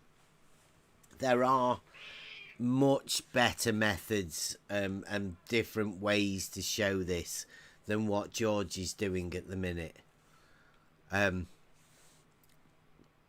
But you can see that what he's doing there is a little bit strange, and I don't know whether people who would believe what. We were honoured to have George do this for us, and the video will be coming out, but that's not the idea. We don't want to be showcasing the whole video. You can watch the video yourself when we put it out. Where do you reckon we should go to? Do you reckon we should go to the problems he has when he starts to maneuver it? Because basically all you do with in differential leveling, I mean, we've been over it quite a lot, and obviously we go live and we've shown the people that come to watch what we do exactly how this works and how to perform the two-peg test and do all of that sort of stuff. In fact, the next time DP comes down, we said we are going to do that. We're going to do the two-peg test and put it out as a video and record it so everybody knows exactly what it is that we're doing. and how we do it. There's now better than doing it for yourself, and it's quite hard to explain what you're doing because this is a practical thing. But basically, what George is doing is you set this level up here, and you take a reading on a rod to what is the datum. It's an established height. So all you do is you add the height of the rod from that point that you're measuring to the height of the benchmark. And then that's the height that your auto level is. It directly measured above that reading. You then just move that over there and you say that that's the mark there on this post. So you know the height of this place. And then when you move here, you can refer your auto level to that again. So basically you just, you're knowing, because you know the height of this and all of these are horizontal. They should be anyway. Should all be the same horizontal. Then you can just keep transferring the distance all the way across. Now, yeah, go on. I was just gonna say I would suggest to anybody who's like watching this, it's like kind of confused about what George is putting together here. Like you can go onto YouTube and look up differential leveling and compare that to what George has just presented and see what the differences are. Yeah. Just if what George is doing seems confusing, don't worry. It's not you that's thinking that you're not the one that can't get it. George is just messed up. He doesn't know how to explain anything simply. And because he doesn't really know what he's talking about and he's making it up because his models dictated this, it's all over the place. But I mean, it's a comedy routine, really. That's what you've got to see this as. Light-hearted entertainment comedy. Being put in an educational way.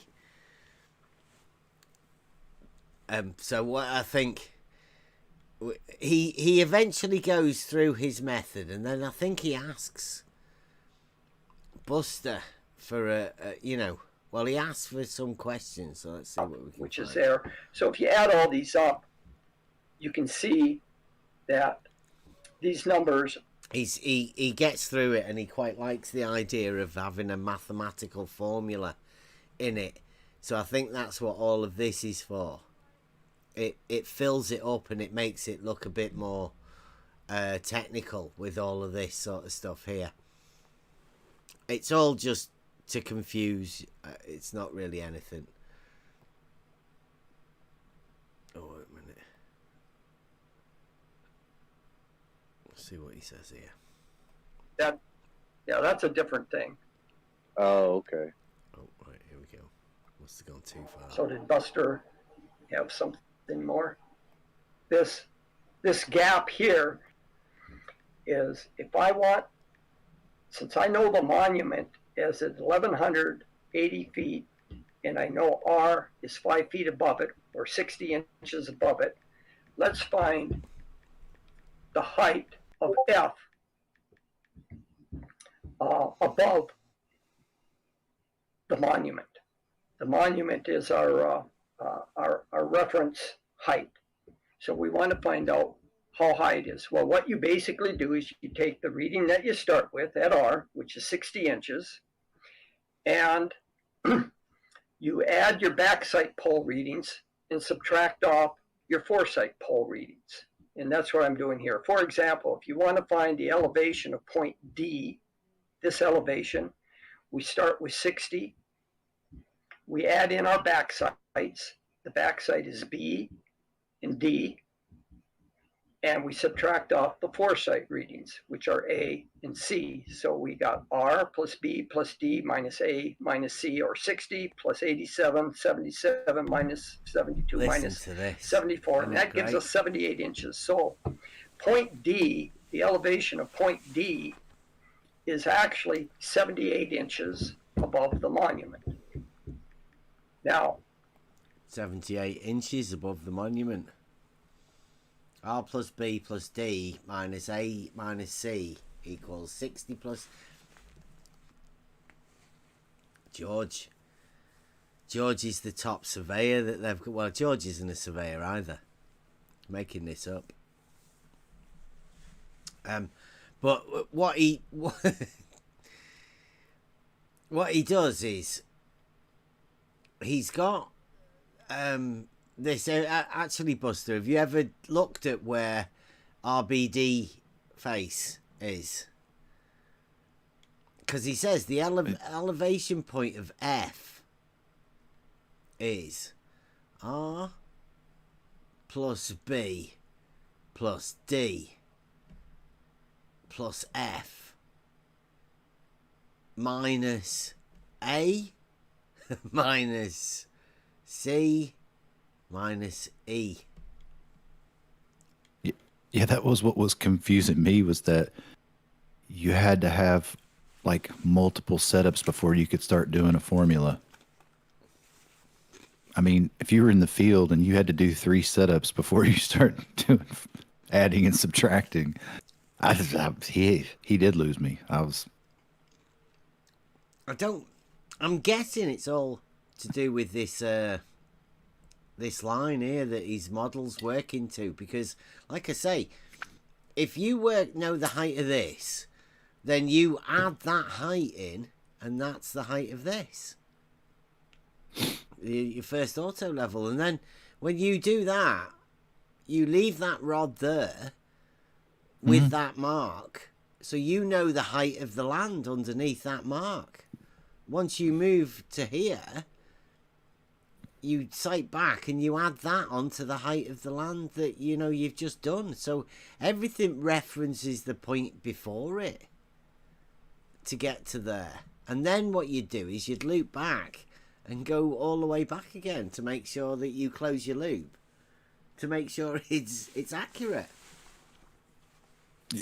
Yeah, I totally get that. Yeah. But what he's doing, I just couldn't wrap my head around having to do 3 setups and 4 sights and back sights before you could do a formula.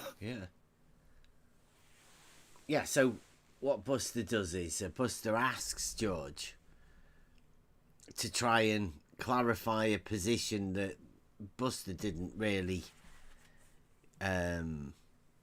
understand, obviously, because, I mean, what is there to understand? He's got 3 different horizontals here and a bending thing that is auto level. That's just crazy for me to even look at it. I mean, look at the angle that this one's at. This one's in a hole.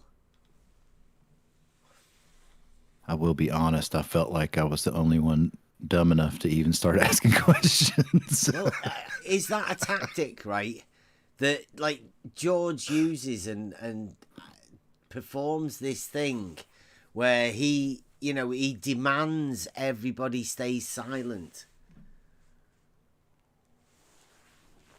so he can do his demonstration or whatever it is that he's doing, and then says a load of stuff and then berates you or has a go at you for asking questions about something because there's something that doesn't make any sense. I mean, most people were just left like, what's he doing? Most people would say, I don't even understand it.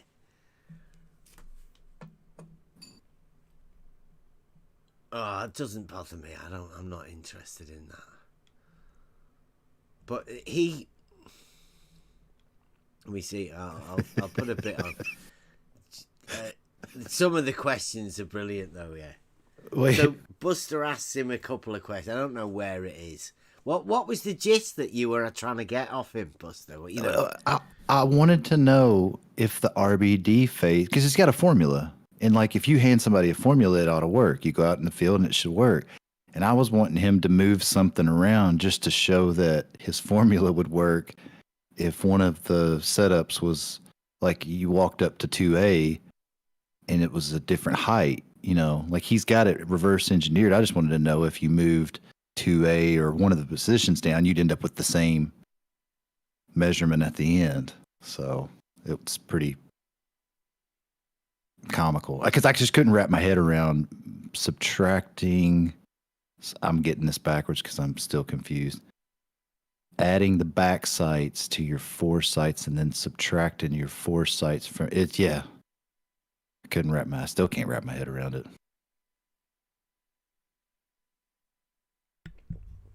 he's got all of the he's got 1, 2, 3, 4, and then minusing only 3. But I didn't catch the F. So he's adding in F from the end, from your last foresight in the middle of his equation. In what real world would you ever have to do like 3 setups and then add in that end point in the middle of your, it's still mind-boggling. I'll play a bit of it just to it. Is 32 inches. Now, this might seem a little confusing. Basically, all you're doing, if you look at what's going on with back sights and foresights, we start at 60 inches here. We know that point A is going to be at 60 inches. So now B is above that by how much? Well, the gap between B and A. It's B minus A is that height right there. Oops. Yeah, change that to, let's make it black so it's more distinct. So this gap here is the height difference between B and A. So that's B minus A. So we take R plus, if you look here, B minus A, that's the height difference. Now when we move our outer level ahead and we shoot B, and then do on the back side, do a foresight to C, we know that C is going to be the same height as B. So now it's all we can look at the height Wait. difference between D and C. You said C is at the same height as B. How? And the B's in a hole. Mm-hmm. I didn't catch that. Yeah.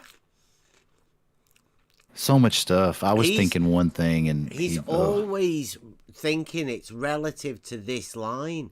And whenever you turn it round, that this side is always the same height as this side.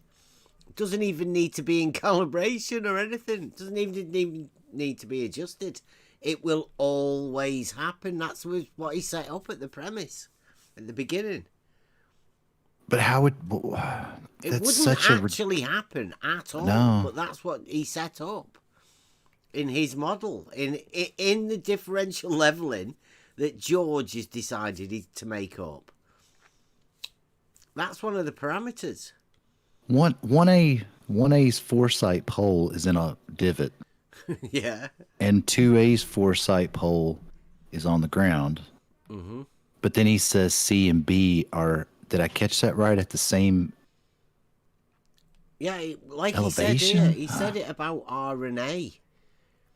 He said R and A are at the same... But he means in reference to this line here that isn't actually there. Mm. Right? That line doesn't exist and it never is there. It's George's concept of the idea of where level is, that everything is an equal distance from. Right? This is... This is the surface, the 2-dimensional surface of the sphere that they imagine that they put there. Well, no actual surveyor does that. You use the reference line of the tool and reference the land to it But George isn't. He's referencing this as being an equal height above this line. Oh, by the way, your cursor's not coming through the. Oh, is it not? Is it not coming No. through? Oh, it should be. I think it's showing on the OBS. It's just it's not coming through on the Discord in the cursor, Oh, like right, what you're sorry. pointing at. Yeah. Oh, right. So yeah, it's just you on the Discord then. Maybe. Yeah. Sorry. Yeah. Yeah. This is. I think this is. It's a comedy routine. George is showing us the stuff that we've been doing over the past 2 years or whatever, just developing our knowledge of what's going on and a reality and how level works and the geometry work that we've put into it and the proofs through the logic that we've also been doing. This goes to show that George hasn't done any of that. George is living in a fantasy land where he's just making up things. How would you ever keep up with that monument invisible line? If that's what he's trying to get at, is that everything is referenced to that invisible line that's, I guess, going through the land? I don't know. Looks like we've got a bit of YouTube chat action. I can be diverted for a second. It says B and C are at the same height or elevation, not the same height above the ground. You guys are not getting this. I referenced height to M and not the ground. Good luck.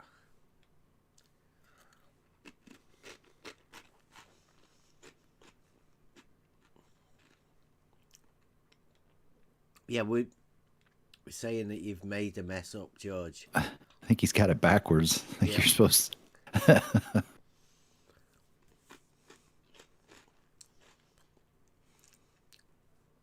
Impressive, Judge. Oh, he's got his cheerleaders. Blue. Pom-poms. Yeah. Pom-poms engage. Blue's got the pom-poms out.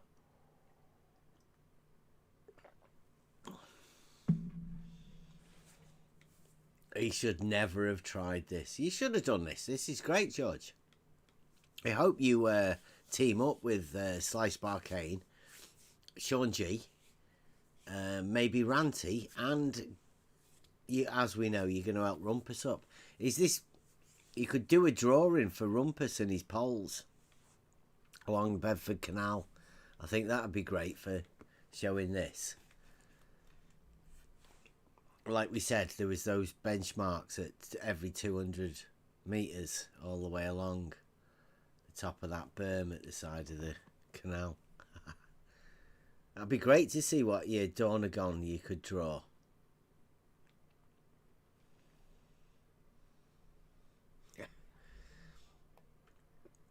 We'll have a look a bit, see if George is a bit more. And do the back site to the former foresight.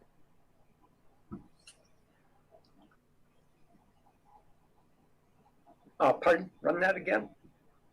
Yeah,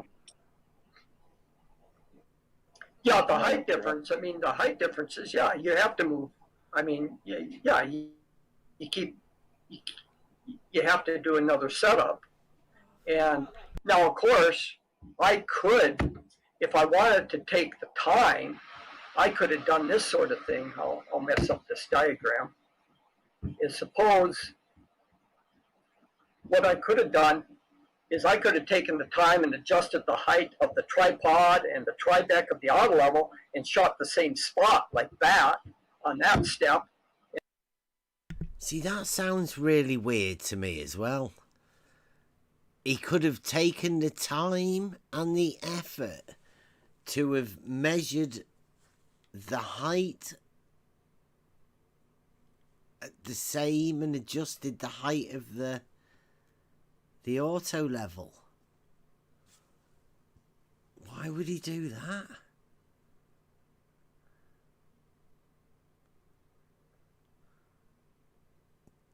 That's crazy.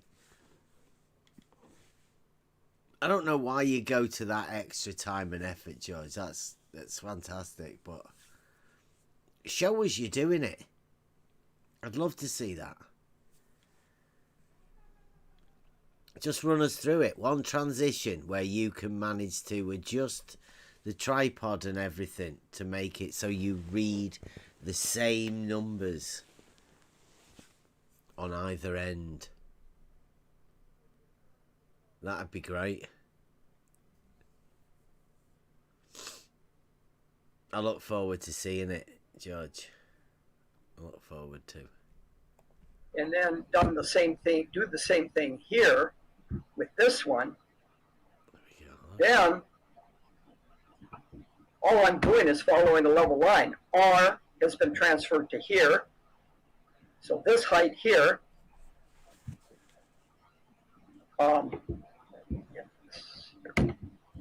that's great. So this height here is going to be the same as this height here, as the same as this height here.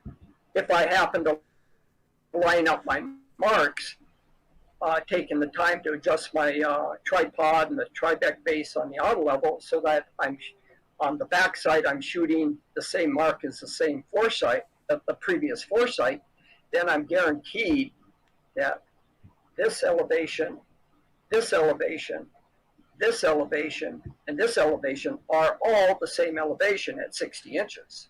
But, you know, for sake of, go ahead. Oh, that's fine. I get what you're saying.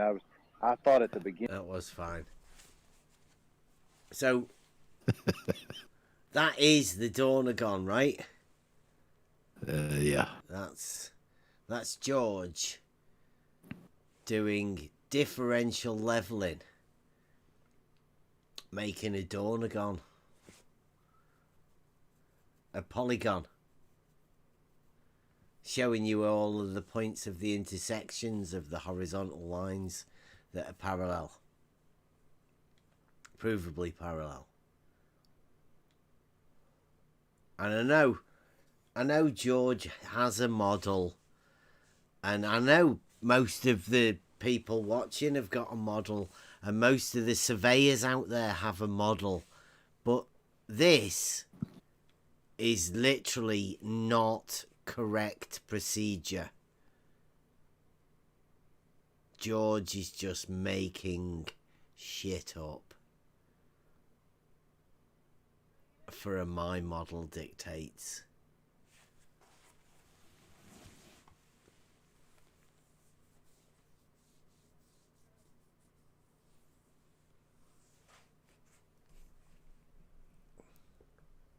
I'm still not getting why F is raised up where it is. He just wanted to find the height of it, I think. You know, I So think... F was just an arbitrary thing, like a stick in the ground? I think so, yeah. I mean, that's the only reason that he could not be bothered about this and all of the stuff he's rubbed out and all of that is he just wants to find the elevation of the point F, and you just doing differential leveling to transpose the height of M to find the height of F. I mean, that's all he's doing, because he's obviously not bothered about this hole here. He's not checking elevations of the land all the way across. He can just carry on imagining that curved line, you know, that's a curved line, when in reality it wouldn't look like that at all. But George is saying in the chats there is no formula, but there is. It's RBD face. Yeah, it's here. And then he goes on to say, RBD face. Yeah, book a surveyor would use to record backside. Hang on. Where does he say it? Oh, see, he likes you, Mobius. You got another one. Sorry, guys. I should not have done this. I was answering Mobius, who seems to have some understanding, but Buster Does not. Does not. Buster Well, does not okay, so understand. he does say that F is an arbitrary stick height. So, okay, well.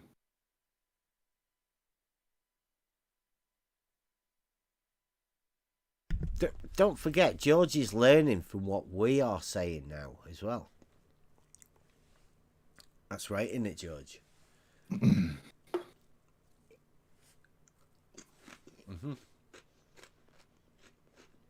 See, George can now correct all of the mistakes he's made, but he can't get away from that because that's a definite drop, George, that you've measured there.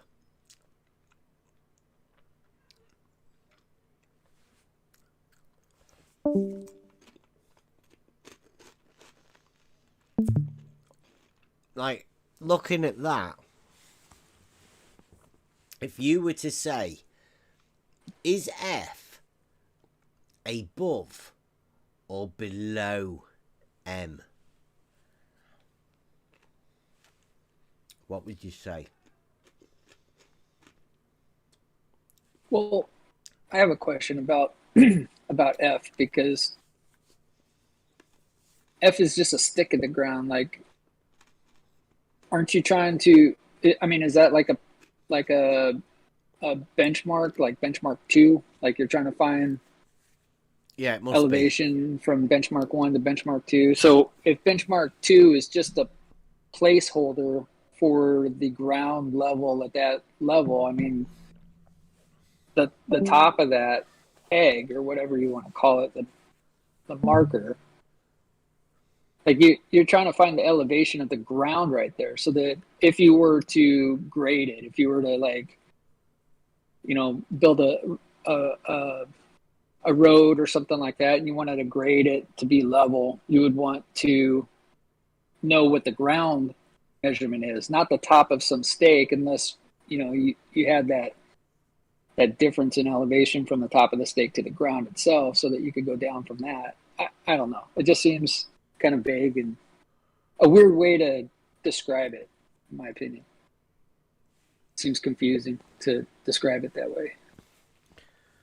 Also, he's got down here in this box, it's elevation height of black pole at F above the level line through the monument M is 32 inches total, whatever, 1912, is it, feet R?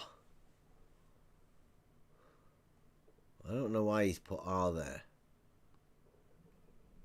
I just beginning you said you were transposing the 8 inch, the same height of M to 1182 8 inch 2 foot. Oh right, he's added it onto that, so there's an extra 2 foot and an 8 inch. So F is the height. He's got the height of F there, which is above M. 2'8" above this F down here. It's 2'8" above this one.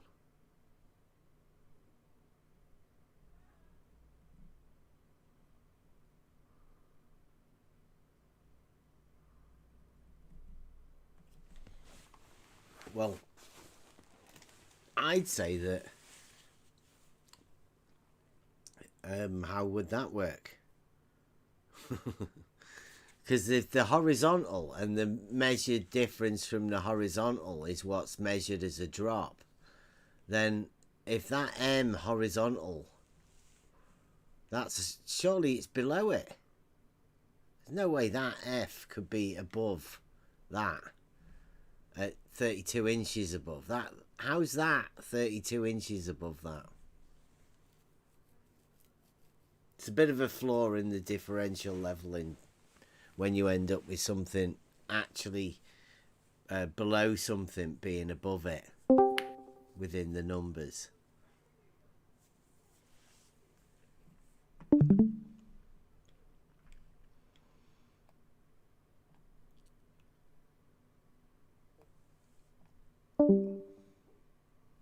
And then I don't know what happened after that. It all changed quite a few times, didn't it? He tries to work out it there. This right here is where he starts scribbling and 7 to 80, and then I was just wondering if you could work it out to the end if it still ends up the same to F. Well, yeah, well, let's look at it. Let's go through the numbers. Okay, that'd be awesome. We agreed that D hasn't changed, right? So D is at 77 inches, right? I'll mark it down here. This is 77. Whoops. That's 77 inches, right? And we've agreed. Oh, I'm sorry. Was it 77? Yeah.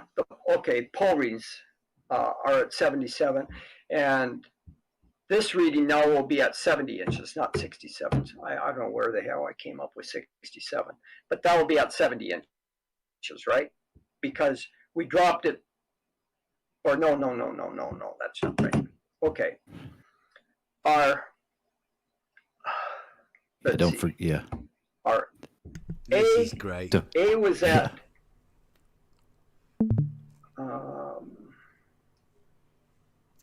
Mulligan. He gives himself Mulligan, does he? Yeah, don't forget R above M is 60. Now he's got C at 70. Yeah. Here, let me start over, but something got messed up here. I apologize here. Hang on. Let's do what you wanted to do and go through it again.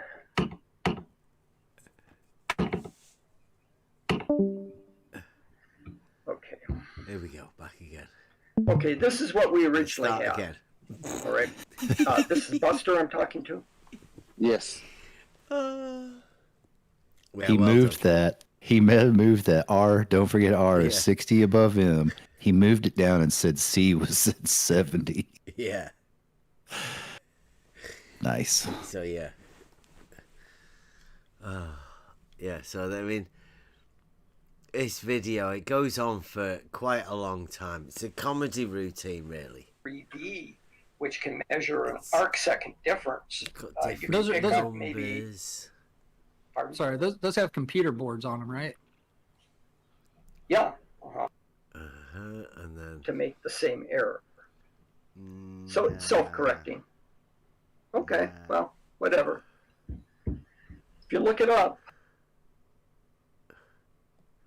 that you're getting by running two different circuits, because you're making two different sightings on two different sets of poles, so the numbers you're reading are different, so the chances are of making an error are reduced. Plus, when you're all done, if both are run correctly, you can get a little more accuracy at the end by taking the two elevation readings and average it, because you've taken two different runs, two different circuits, and if they both run perfectly, they'll give you the same numbers, but the chances are that the numbers are going to be right on. That the chances of that isn't as likely, but they should be pretty damn close. And if they're real close, you average them and you can get a better number because you've run two different circuits. That's all double run is. Double run isn't like you've been saying, Bev, where you set poles in front or in back and then sighting them at the same. Double rodding is what we were talking about. Well, this is yeah. Sorry. Yeah, Mobius was the one that George came to do the presentation for, but Mobius had to go, so we'll offer you George again if you think you missed something that you might want to go over. I think Mobius did want to have a word with you about some future surveying projects or something, right, Mobius? I had all kinds of questions. I had to run, so I couldn't stay and follow up with any questions at the time. But George, I guess you're listening on YouTube here. You're more than welcome to ever come back, and I mean, even if it's just you and I just talking or whatever. Love to get more perspective on your method here. I just wanted to say, George is saying that I asked the questions and I was the one that's confused, but I promise I will stay on mute and not come off. Yeah. Buster wasn't confused, George. Buster was doing quite well a job of exposing your cog dis. Like, we knew that you didn't know what you were talking about, George. That was the funny part. And I did feel bad for Mobius, but I did apologize that he didn't get to ask all of his questions. Yeah. Well, yeah, no, I had other stuff I had to go do. That's why I Yeah. had to leave. But I mean, it was fine. I mean, I wasn't able at the time, even in the call, I wasn't able to like really open the mic a whole lot and ask the questions I wanted to ask anyway. So it was good that you were asking questions. Yeah, there's what we're going to be doing is hopefully we're opening the floor up more. We want more people to come into the Discord, and if anybody's got any questions about anything, anybody's got any favorite bits that they've got on any particular of the videos people don't seem to understand or people think that we've got wrong, come in and discuss it. I mean, that's what we're here for. That's what the Discord's here for, is to bring people in to ask questions. And if George wants to come and do his presentations, I mean, we can do that. If B-Ball wants to come and have his debate with DP, we can do that too. I mean, most people have been here into this server. Everybody stays muted. Everybody's got really good mic control. It's one of the best places for talking to anyone. This server.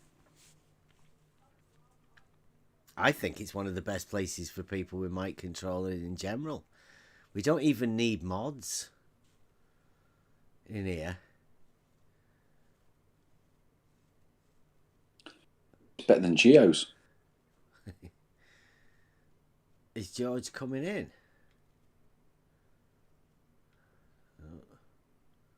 No, you're not. No more presentations, George. You're depriving us and the community.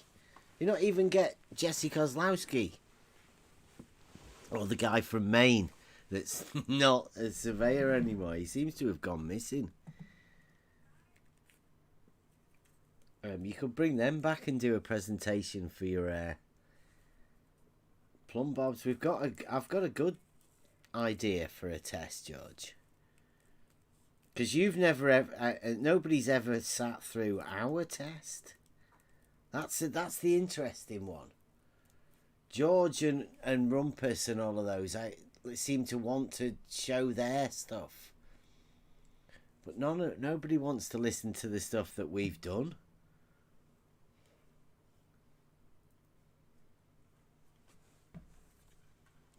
It's too much.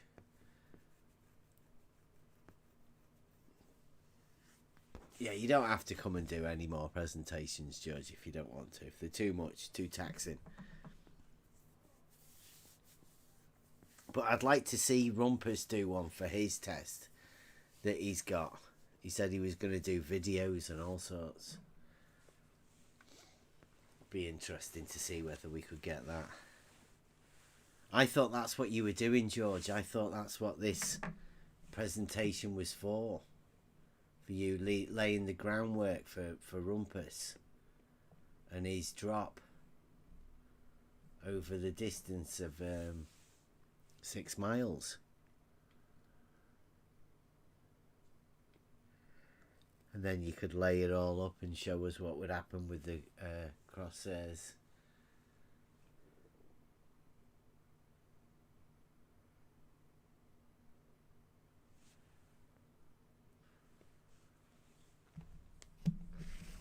Is that one of those accounts that's got tons of the same account?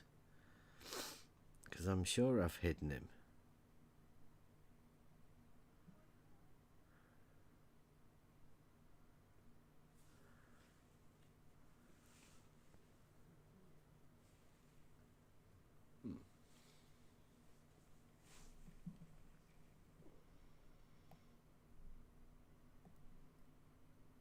And then afterwards there's a big conversation with George that we go over George's methods of how he does everything. So that's a big video that we've got coming tomorrow.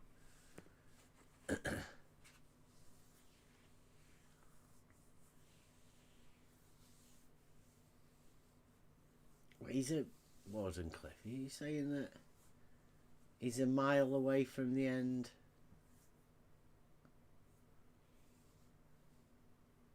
Oh, I didn't know that, Rumpus. I didn't know. I thought you were going 6 miles. Maybe George can tell us how to tell the difference between like a topographical curve and like the Earth's curve.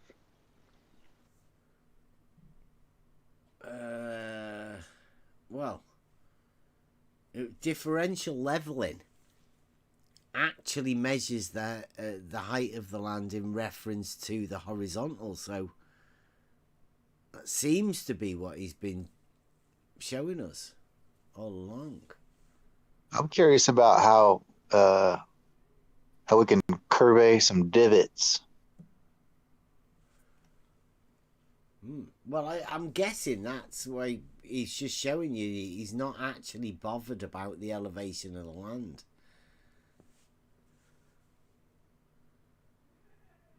Or I didn't even look at it. I didn't even look at it like that. like, because you know, like when you're doing all your jobs, it might be a way for the rod guy to take the piss out of the other guy who's the guy's writing all the numbers down.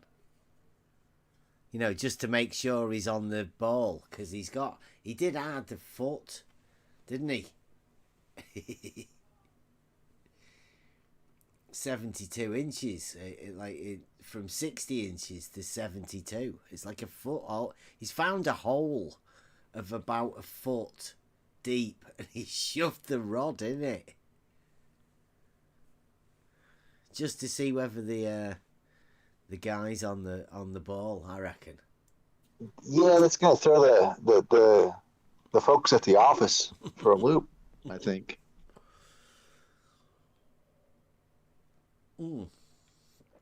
Yeah, it wouldn't be normal operating procedure. I think that's what George is showing. He doesn't give a shit.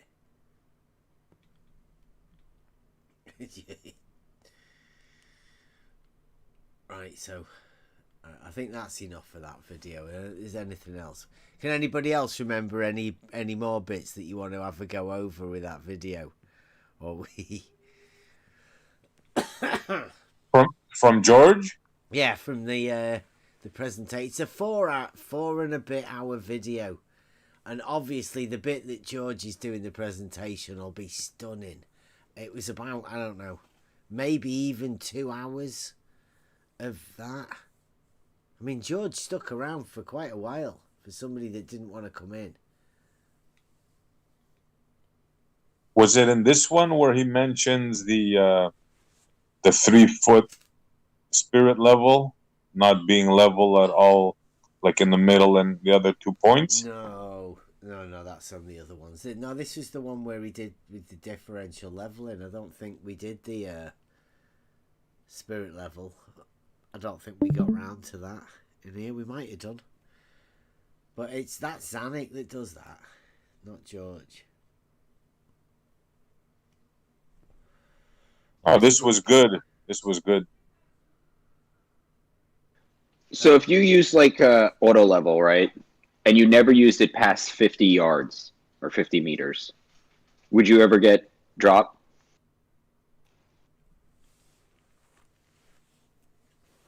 Drop of what? The land? Yeah, they would, The Or only just way keep you going get straight drop across, is right? if the land drops away. If it's like a hill. Yeah, if you're starting at a higher elevation, then you've got every chance that the land will drop because you'll be going to a lower elevation. But if you're starting at a lower elevation, then the land will probably rise.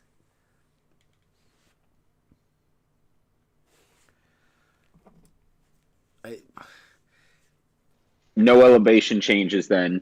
If there was no elevation change, it should just keep going straight across. Well, if there's no elevation change of the land, then there would be no measured difference in the vertical no. at the end of the rod, right? I mean, that's No curve.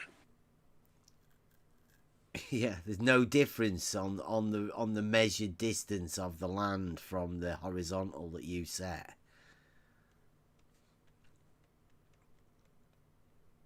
That's the only way you don't measure a drop is if you have a zero vertical change. George is saying the elevation of the land does not affect transferring elevation readings during differential leveling. That seems like a wild statement to make. If you're listening, George, how do you tell topographical curve from earth curve? Can I have a hill that's the same drop, quote unquote, at 8 inches per square mile? Would that be a hill or a flat plane?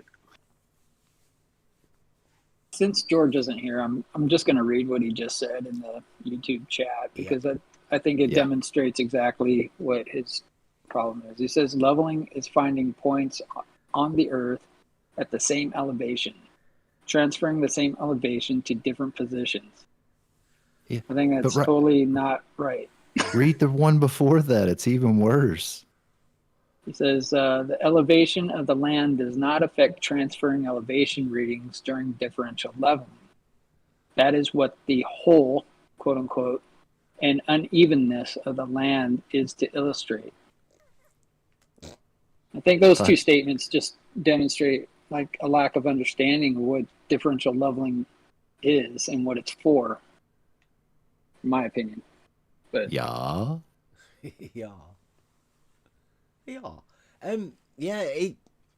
Like we have to say again, the land is where you put your pegs.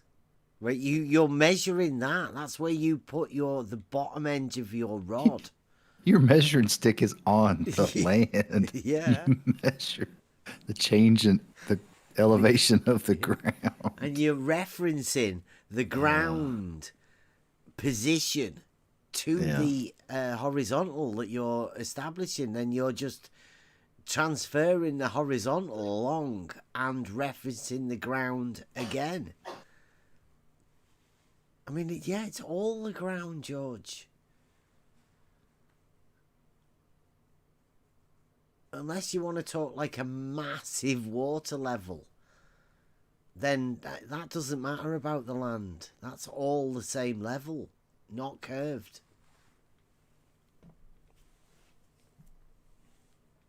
I mean, I'm still offering the benefit of the doubt and have George come in and correct me. But I'm basing on what he's just said, has no idea what he's talking about. But I might be wrong. More than welcome to come, show where I'm misunderstanding or misrepresenting what you're saying there, George. I don't know how far you'd get with somebody that says the elevation of the land does not affect transferring elevation readings, but we shall see. What's the elevation of what? It's the elevation of the land, George. That's what elevation is.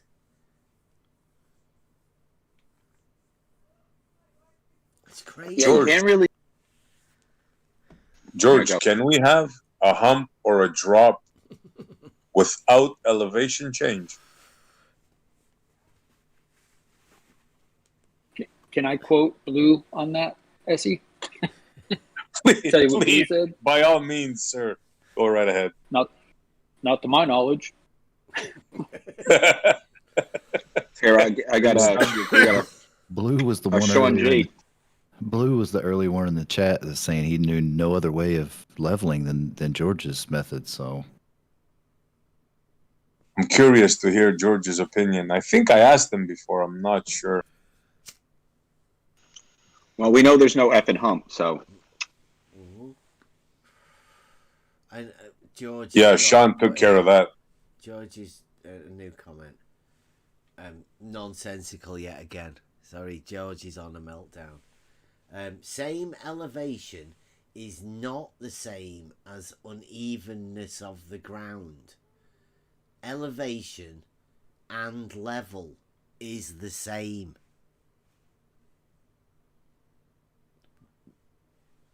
What does that even mean?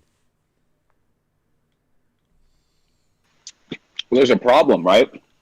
If you have 5 feet off the ground and the ground rises up and you're still 5 feet off the ground, what are you doing?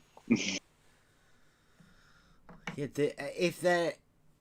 you have a 0 elevation change, then I would call that level. But that isn't a curve. That's the point. It's a straight line. It's called a horizontal. I just wanted to point out what George just said here.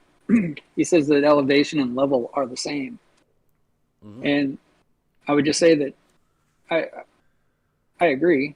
I mean, elevation is even along a horizontal plane of reference. So if you're saying that, then you're saying that level is horizontal, which is all what we've been saying. Yeah. Do you reckon that's what he's going to say? Yes, exactly. Mobius, that's what I was saying. No. Or is he going to say, no, I didn't say that I said that they were the same? Or something else?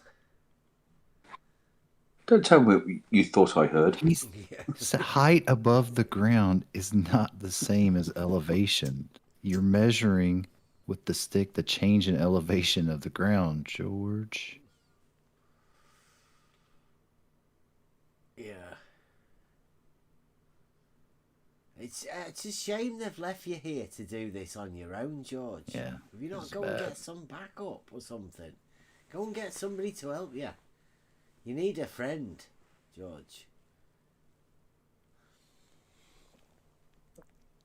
You need a friend, George. We tried to be there for you, but you kept... I don't know, you don't like being with us. You don't like hanging out with us.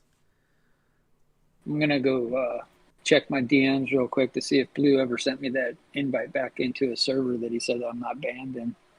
Oh, you're I'll be not right back. banned. Right. You might be able to go over there and have a word with George. Yeah, no, he hasn't sent me the invite yet. Oh well. He should bring Rumpus in and get Rumpus to help you, George. He's going to be doing the graphics and all of that for his test. Observation that he hasn't made yet.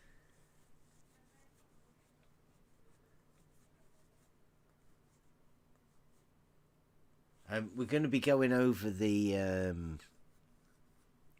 Euclid soon as well, George. So what we might do is we might do the pertinent points of Euclid and just go through the basics of the first plane bit and then shoot on to book 11, and then we can start using the proofs from book 11 to help us within our surveying reality that we live in.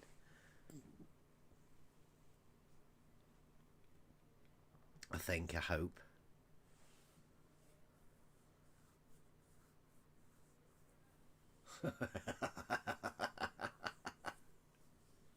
He's saying you aren't banned, even though you got kicked and banned.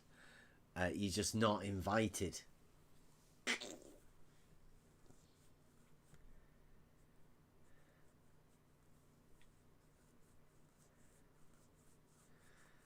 And George is going over stuff that he should already know. We know that, George. We know what you're doing.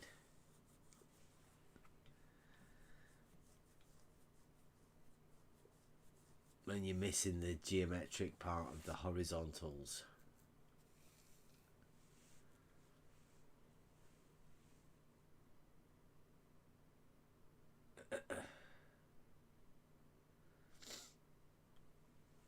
Yeah, that's right, Gerald. Well done.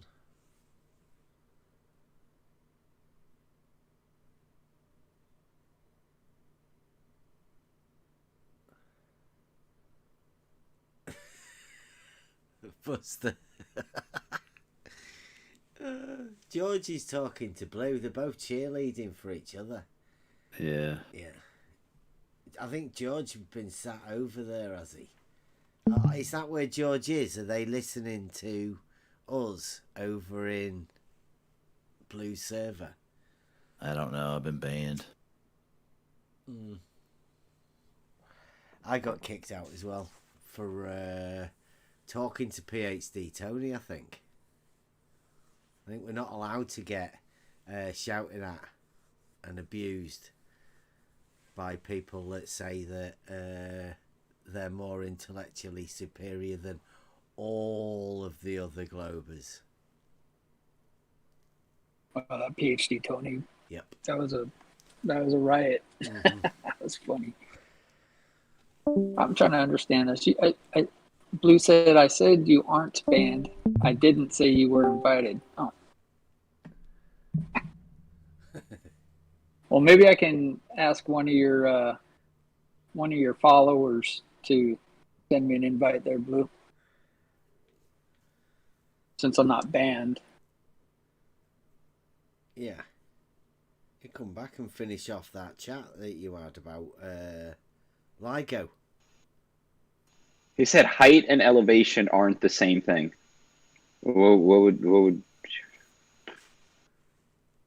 What's height?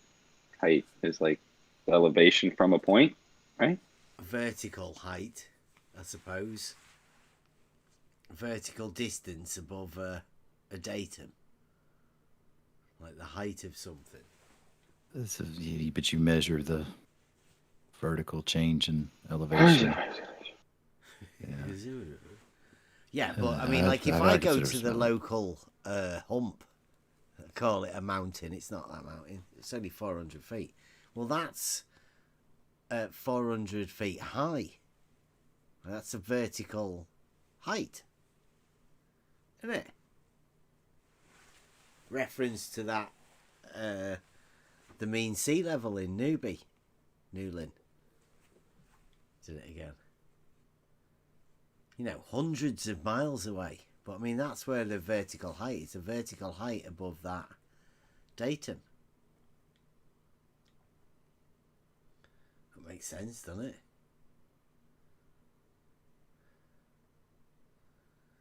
Having a conversation in the chat. I bet George and Blue, you two dudes, old guys, are you sat in Blue's server talking to each other while listening to this video and also typing in the chat to each other? Or are you just typing in the chat in my chat instead of talking to each other on Blue's server?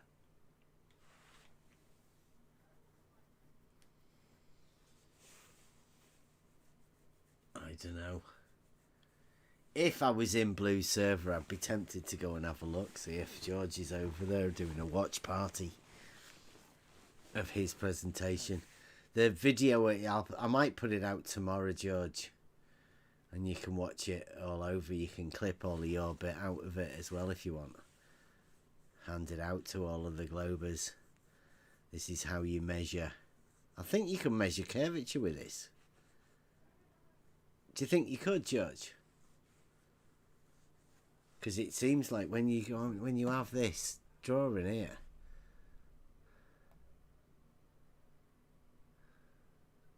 Where is it? That one, that drawing there. That seems like you should be able to measure that curvature. There's definitely a drop of this from this, but even though you say there isn't a drop, so you must be able to measure that amount of actual drop since you've drawn it in a picture.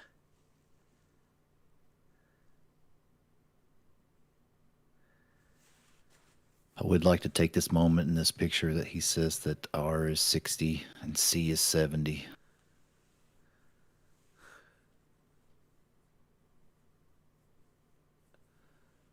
C is down here.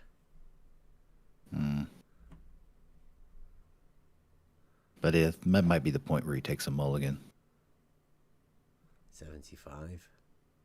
Well, that was the problem I had with it. It seemed like he was moving the numbers around without representing those changes in the drawing, and vice versa. Changing the drawing around and not adjusting the numbers, and then it just all got super convoluted.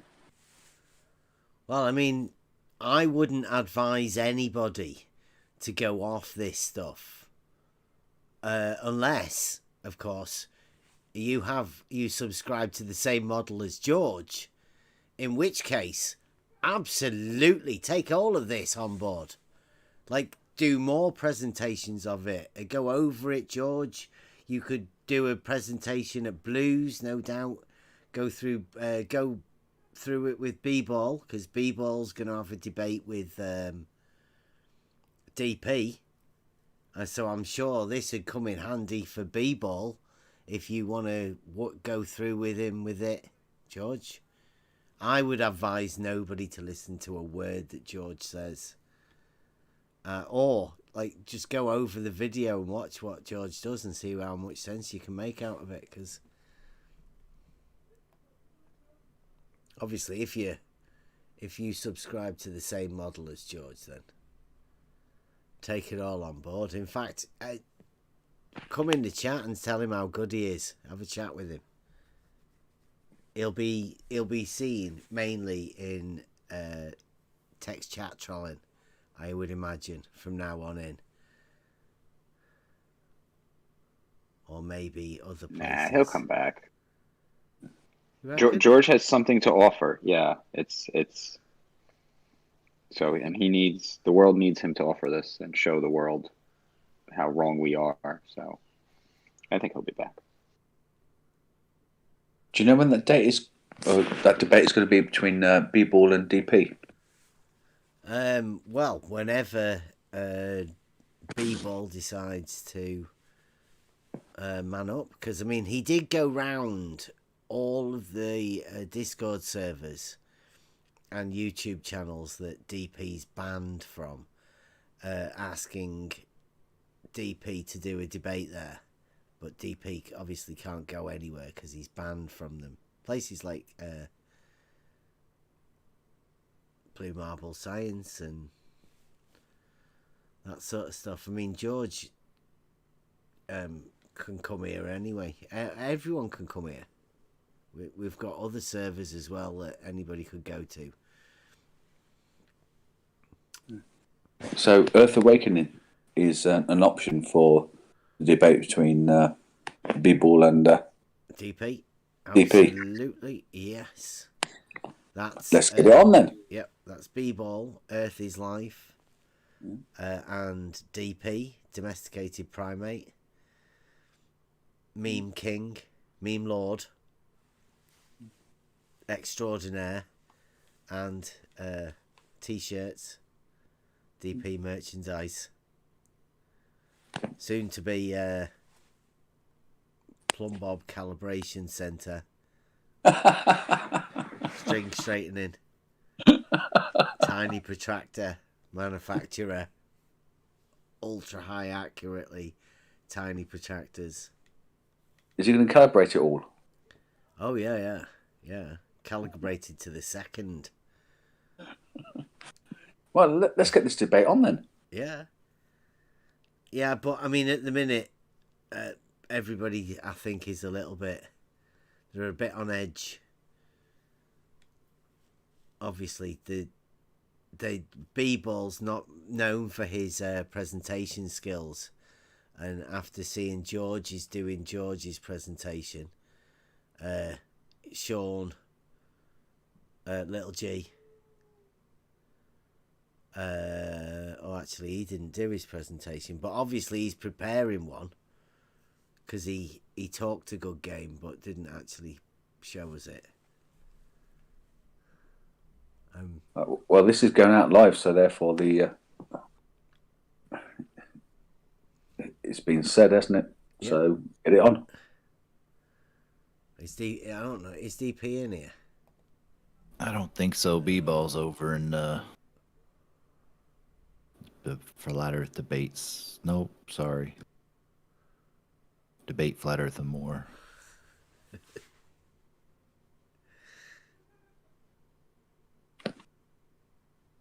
Oh, he's over there at Gems. Mm-hmm. Oh, nice. Yeah, well, B-Ball's never really been a big fan of coming out and talking. He did do that bit with DP the other week. Over in Earth Awakenings, that was good. Oh, he does like you, Mobius. You're the last hope.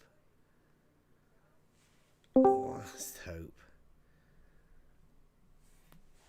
So, trying to explain something to those that have a clue, like Mobius, is much easier than trying to get through to those having no clue, like Buster and Bev's fans in this chat. Yeah, Well, you guys okay. hear that? That's like, well, I mean, like, look, Buster and Bev's fans, right? You're now one of the people. You've been elevated, Buster. Woohoo! Yeah, you have fans in the chat now. What the fuck? Yeah.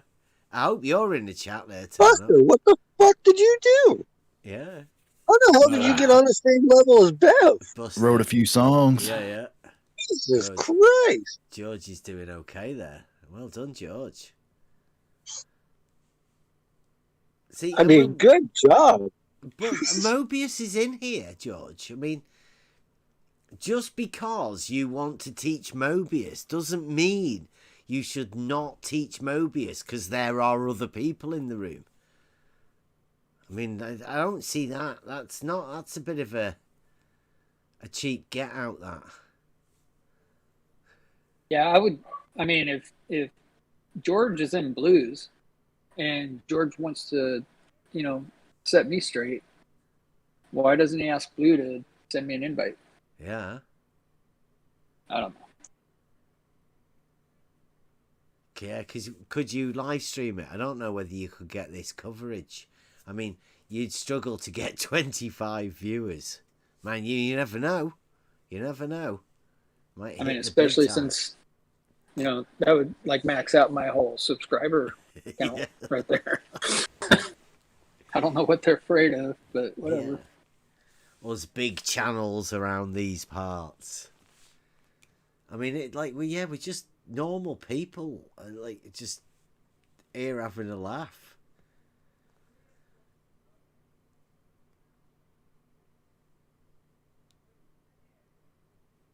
We kill the discussion. See, George knows how to end the discussion. The discussion is, I'm guessing, because it always comes down to it, doesn't it? Like, is level a straight line? Can you prove it or not? And how would you choose to do that? That's all there is, really, I think.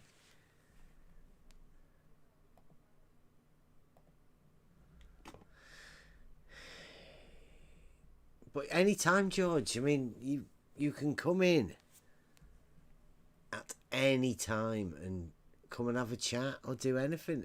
Same goes to Blue.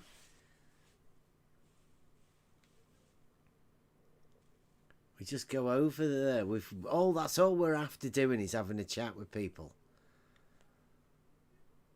Just talk. Hey, just in case y'all didn't know, you're all idiots and knew what servers you're. It's a little bit roboty, that, Mobius.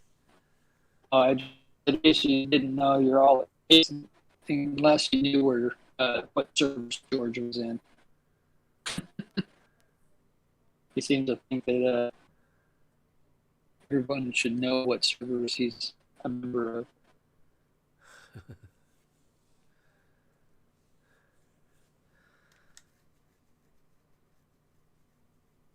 Dude. Did you call him dude? He's hanging about with you like this. George is calling you dude.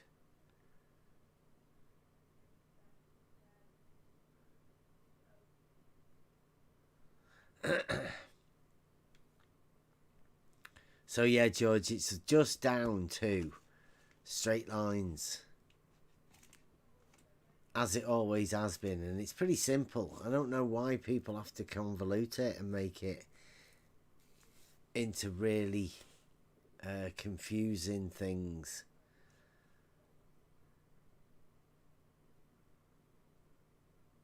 I would hope that it should be pretty easy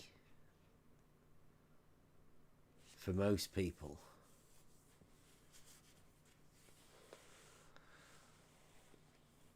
Have we got anything else? Anybody else want to go over anything? I don't want George to be taking over the chat with his irrelevant stuff.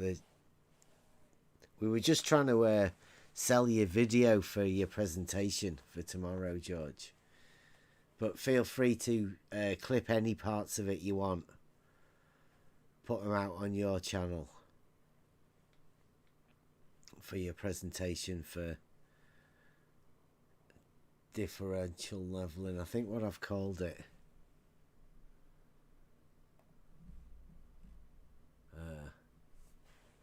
I've called it Differential Leveling, the Globe Perspective by George Knotsack. Brackets, Realising the Dornagon.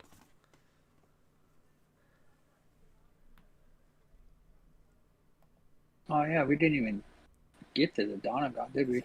Well, I mean, that's beyond advanced imaginometry, isn't it? I mean, that's where we can go with it. I'm hoping that's what's going to happen now, right? Because once the rest of the globers see this, then they will know that they definitely have a way to measure that the intersecting horizontals. Because I know George doesn't know about, well, he does know about double rodding, but if you were to use double rodding in a straight linear fashion, well, then you could definitely measure that the horizontals were intersecting. You could even measure the deviance of them.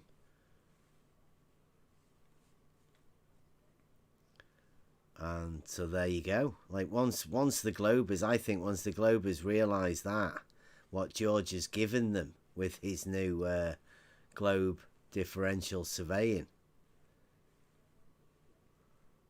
then new futures, and then we'll be able to get on about the Dornagon as soon as the globers start coming to us with this new method that George has done. Then we can start progressing them onto the advanced imaginometry with the Dornagon.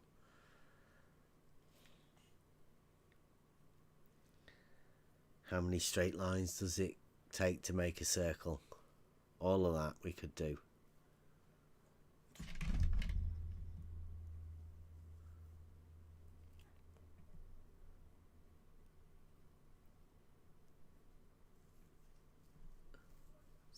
Do they? Does somebody, George and Brenda, share a channel?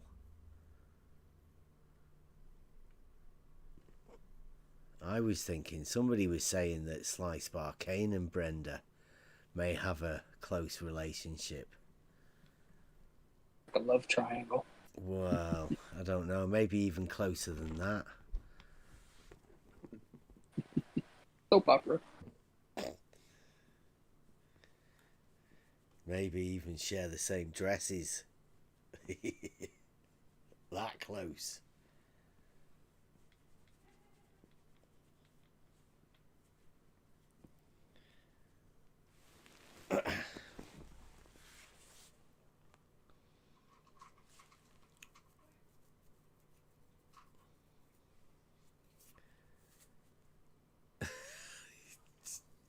George thinks we go crazy. George, you're funny, man. You can come back any time if you want.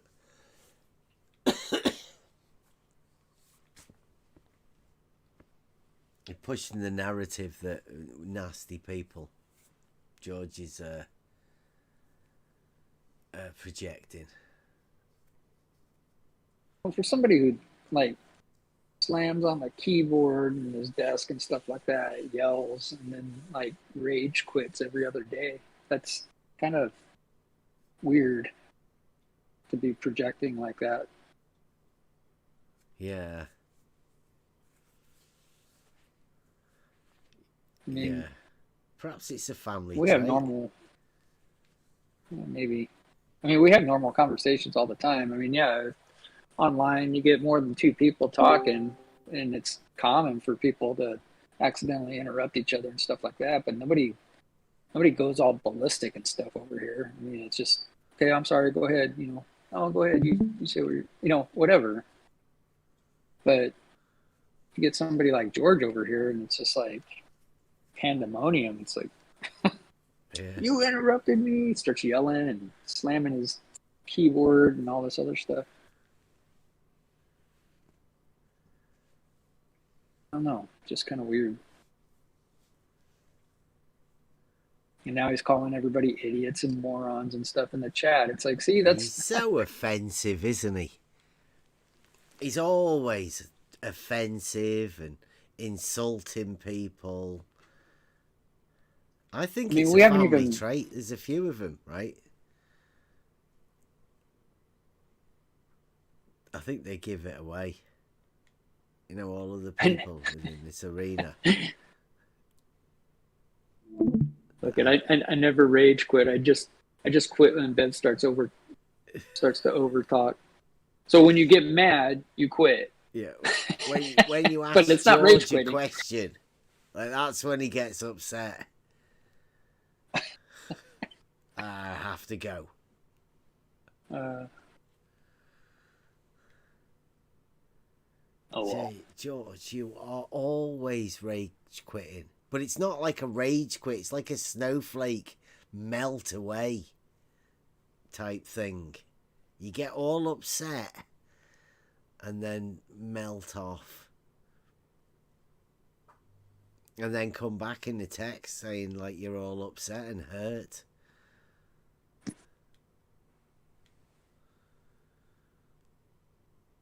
It can't be healthy for you, George. I'm sorry, but tell Rumpus to come and fight his own battles. Tell him to stop pushing you.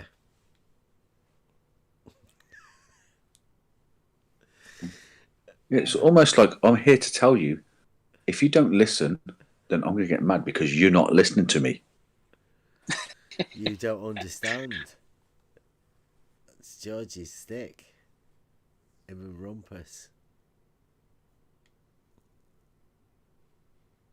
Yeah, and if you're not going to let me waffle on for as long as I want, and you're going to interrupt me with questions about what I've said so far, then I'm just going to leave. Yeah. Yeah, like why isn't your horizontal? It's like George gets really upset with things like that. My model doesn't say that that's horizontal. My model doesn't even have horizontal. See, they've not realised that yet, have they? They've not realised that you can't play with horizontal straight lines if there are none in your model.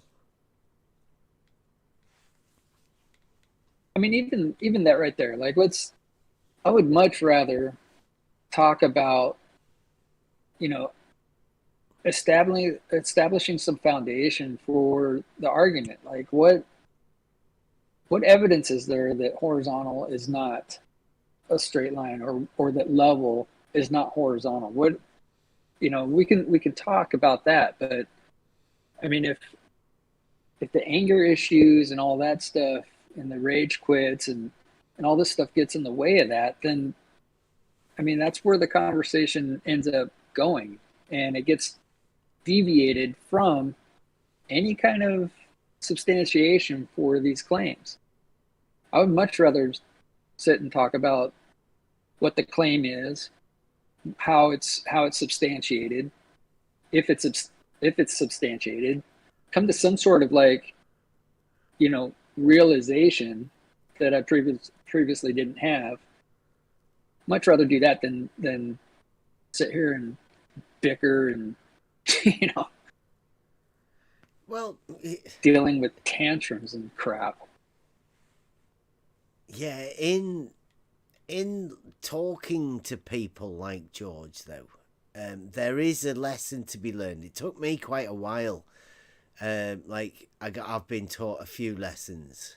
Got taught one by not QE. It was Flat Earth Egypt that came round after that QE thing about people thinking flat was an orientation. I'd never even considered it. Well, George is teaching us that, when I thought, because I came into this knowing about surveying, knowing the basic fundamentals of mathematics and geometry and trigonometry, all of that sort of stuff. Well, you assume most people have that.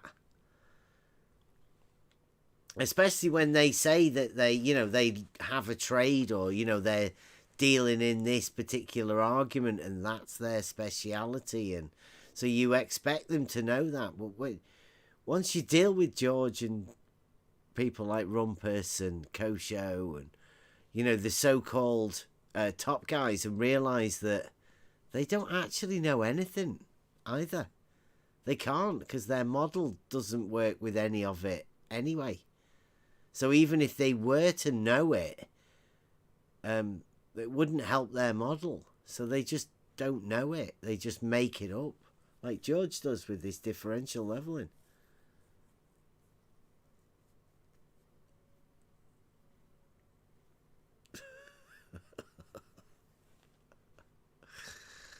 Sugar cookies, yeah, making some good memes.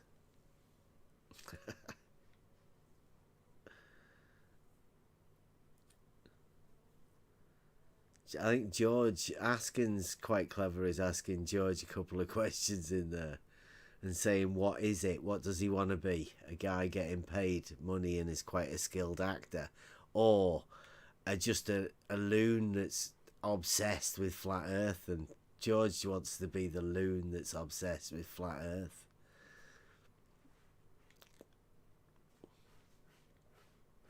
Which he definitely is. Because you can't be that skilled, surely. But I mean, they may have been for quite a while. I mean, I imagine there's a lot of people that have been around here and realised that they're all fake. They're all of them making stuff up. Most people have known it for quite a while.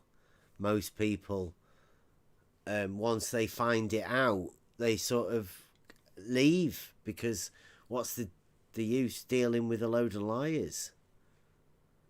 Some people might still be in the midst of it, thinking that they can talk to people, and these people aren't really, they're good at heart, and they're just sort of misguided and whatever.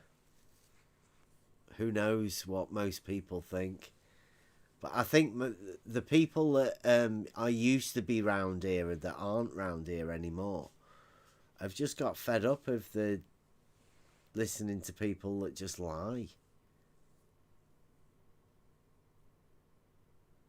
I don't think George is on the payroll.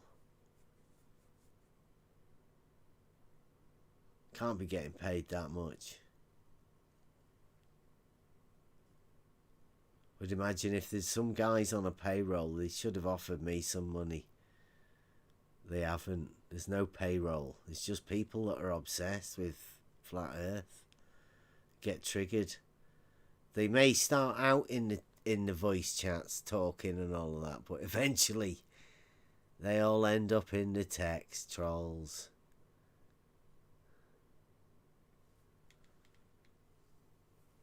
I noticed Blues left George on his own. Yeah. Probably lurking in the shadows. Yeah. Rumpus will be sending George messages telling him what to say. Tell him this, George. Tell him this. Asking, that's a funny. You were asking this comment there.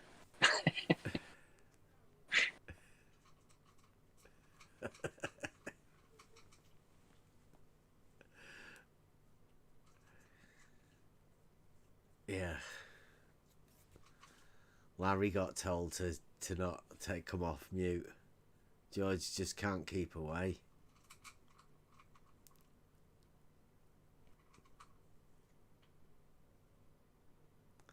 If George then spiraled. Yeah. Who's he talking about now?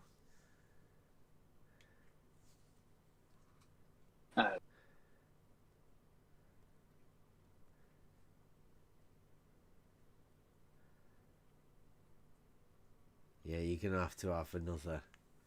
He says not here, even though he's typing in YouTube. And he means the Discord. So he imagines himself in the Discord as he's typing in the YouTube channel.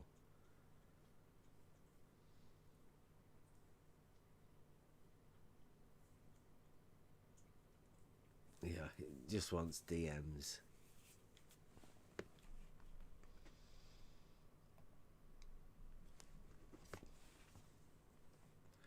Look, I'm very approachable, George.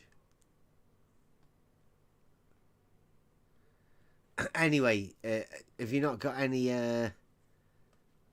friends? Oh, George will be moving into his house soon. He'll be busy for a bit.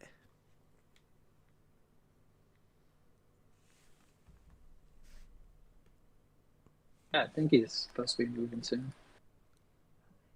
He told us he was.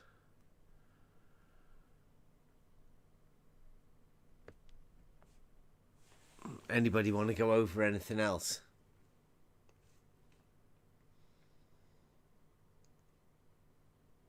Like anybody, any plans? Do you want to go over the Euclid at some point? Not now.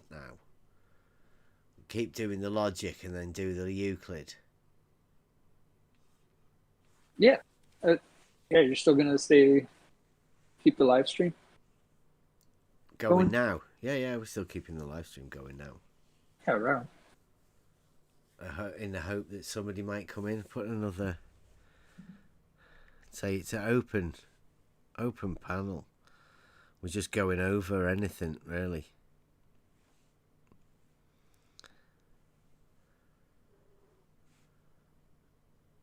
We're trying to develop a community. We've got Discord servers all maxed out now, so it's a fully active 3-star. I don't know what it's called at level 3, so you can post up to 200 meg, is it? Pictures and video. We're upgraded with the full sound, which does sound amazing for Buster. Music, live music.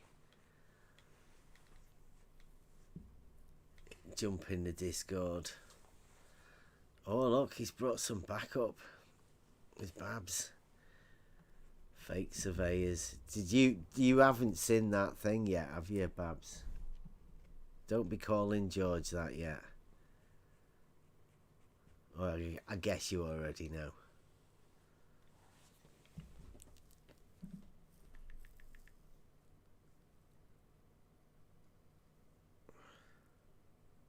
Babs Babs is on the wrong platform. He only goes to Globey's channels. We'll accept the view and the. See, here's a perfect example right here. This guy, Chris Matt, whoever the fuck that is. Babs. Like, come on in, explain. Babs will never come in. Well, I mean, whoever this guy is, just come in and explain. Come in and explain a method for surveying. Give it your best shot. Well, I know, but that's why they come in here with this crap. Sitting there making, I don't know, trying to be insulting. You just sound like a little child. Come in and explain surveying. But you won't. He can't. Can't even tie his own shoes.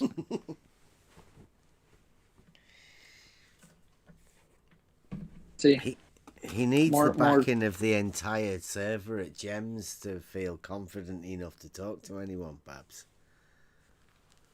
Texting more nonsense in the chat. That doesn't... So non-productive.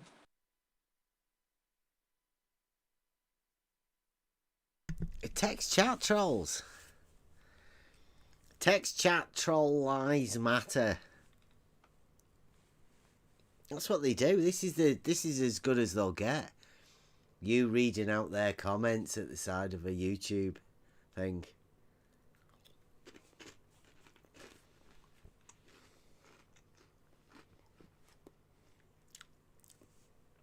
Babs is part of the Ranty squad. But I think he might be working solo. Or he might not be. Who knows? Just wonder if he switched from the Flat Earth Messiah to the Globe Earth Messiah now.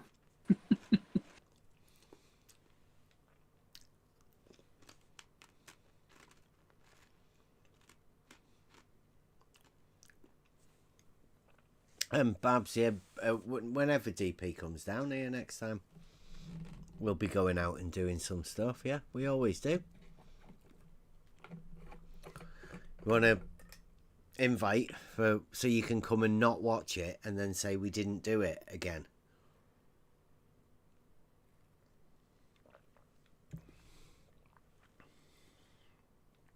We'll let everyone know, don't worry. Next time we'll go out live like we did last time.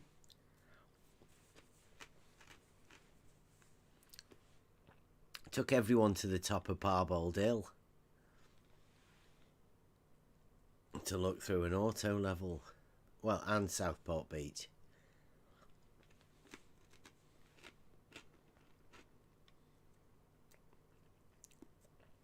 But we'll be going out and doing that again. The Southport Beach thing. Or I don't know whether we'll go to the beach.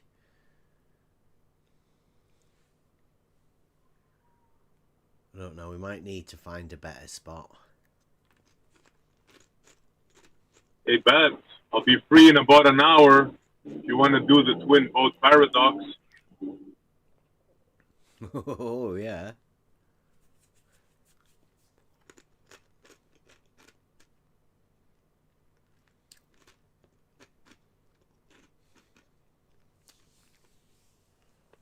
George think we're starved for content? George, if you ever thought you were part of our content, then, yeah, starve us away. Thank you very much. There are plenty more like you, George. You are not special. Well, I think Emma offering it. Won't be in here because George. So, yeah, stay away, George. It's much better. Much rather have Emma.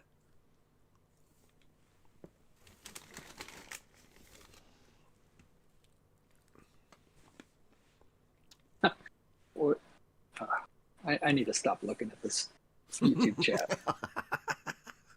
It's hard work, isn't it? Yeah. Just funny.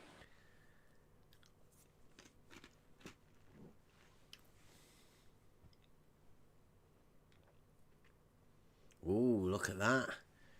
And tell SE that if he wants the one-on-one, we can do it at Geo's.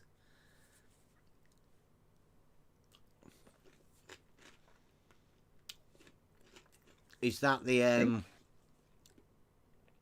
one-on-one about the twin boat paradox, Chris? Babs. Flat Earth. I already X, offered him on Geo's. Flat Earth Messiah. I know, yeah, he's saying. You said that you'd be ready in an hour. Well, he's saying... Yeah, give or take, yeah. Yeah, he's saying he would be ready to do it at Geo's. You can do it at Geo's. Cool. Cool, we're on then. Yeah. So is that what you wanted to go over the with Babs? Is that what your one-on-one was with him? With the twin boat paradox one-on-one? Chris, Matt, a.k.a. Babs, and SE. Twin boat paradox. Well, yeah, I didn't want... Personally, I didn't ask for anything. He called me out on it.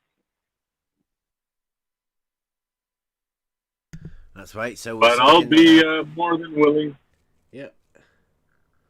There you go. Babs, he sorted it out.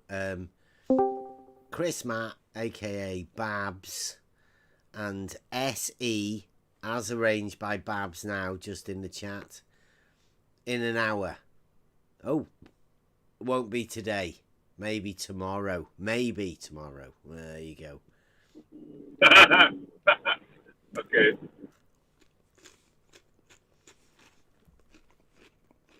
Well, that'd be talent night.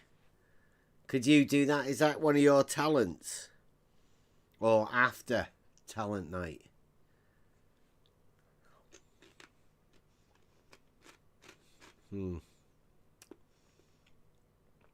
That's it. Sorted then, Babs.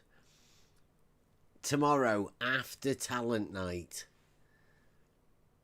SE and Babs. One-on-one. On the stage, Babs, or are you going to want pictures?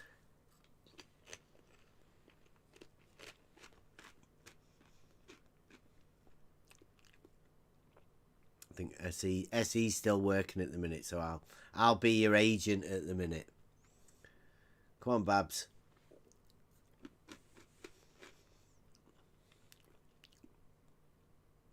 I don't think SE will need to do a presentation or anything, so he can show pictures within the chat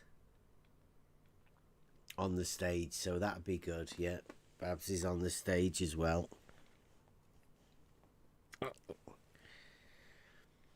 Okay, so you're just going to be talking it then and showing pictures or memes.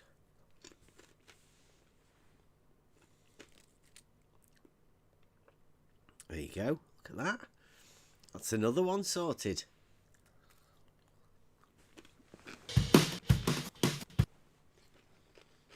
Uh-oh.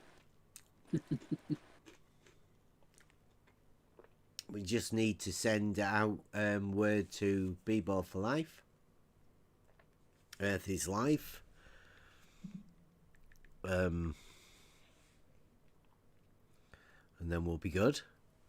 Got another one for DP. And the topic for it, Babs, is SE's choice.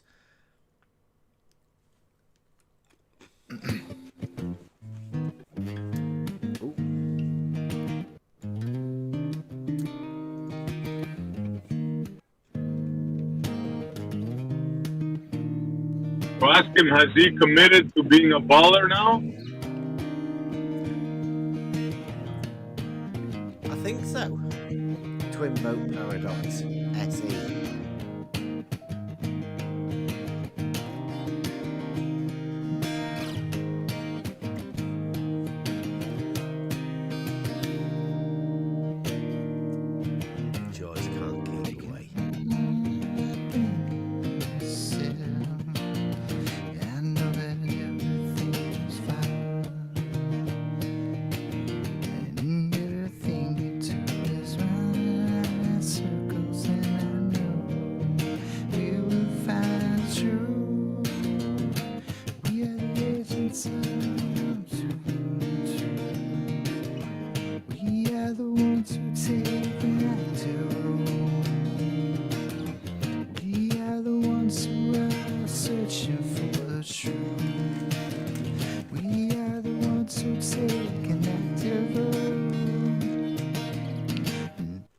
sorry. No, that was good. Good. Is that the That was agents? good, bro. I'm so sorry. I thought I had been hitting the wrong buttons. That's totally my fault. What you mean? Sorry, man. Start that up again. Yeah, I thought that was good, man. I was revising it. I thought I was off. Oh, my bad. We'll call that the bad serenade. Yeah, my bad. No, bro, that was great. What are you talking about? I don't think you understand how enjoyable your music is, Buster. Yeah. If you can deal with us talking over the top of it, just carry on going, man. Just literally. I listen You to don't that, understand. practice all of that all the time. That was true. George is saying you're off key there, because he's an expert. Buster. You don't understand. It's not our problem if you don't want to jam. Yeah, I've got so many buttons I'm hitting for record and mute and unmute. Yeah, well. It's just an average day round here, and that's what we're aiming to do. Show people what it's like here all the time in the Discord. Much easier like this all the time. Just pop in. Be fending off. In fact, we don't even have text trolls in here.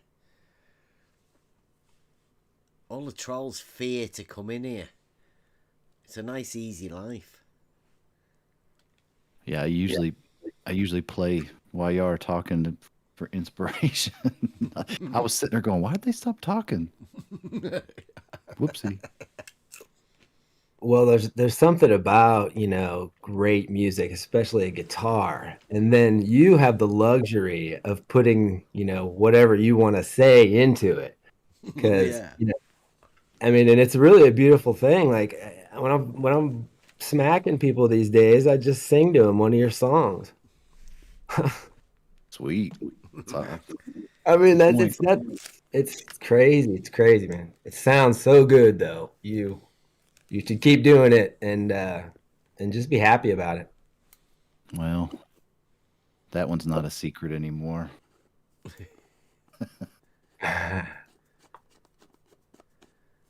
I don't know how you put the it. Best one so far, that one. You have to eventually put an album together. How could you not? It's already pretty much right all there, but I bet that's a lot of work, brother. He'd have to re-record them all again, which he will be doing. Said I'm off key. That's not true. I was just humming to myself. I didn't realize off mute. What does George know? I don't know.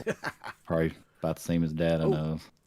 Actually, I don't know with it what people were listening to on the YouTube. Then, if you get any comments on that, because it does sound good for the Discord. I'm not so sure how it goes over. I guess it should sound as good.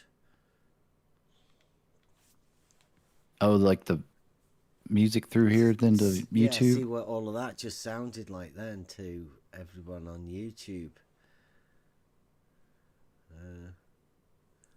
If I was going to perform, I wouldn't just be sitting here humming along, writing to myself.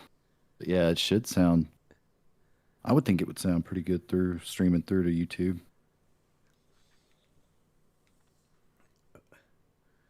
Anybody let us know what it sounded like? Bev, I wanted to hop on and just formally challenge George, if I could, real quick. Yeah.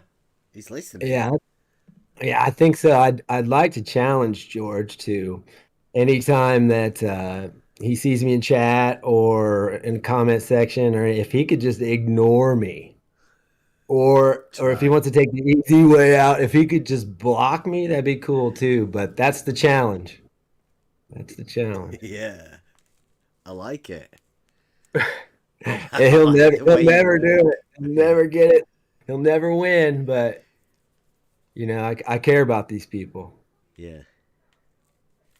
Yeah, they can't keep mentioning my name either. I keep trying, thinking that one day they'll stop talking about me. It's like a rap battle, you know, and like the two rap battle artists, they don't get more popular or something if you just keep rapping about them.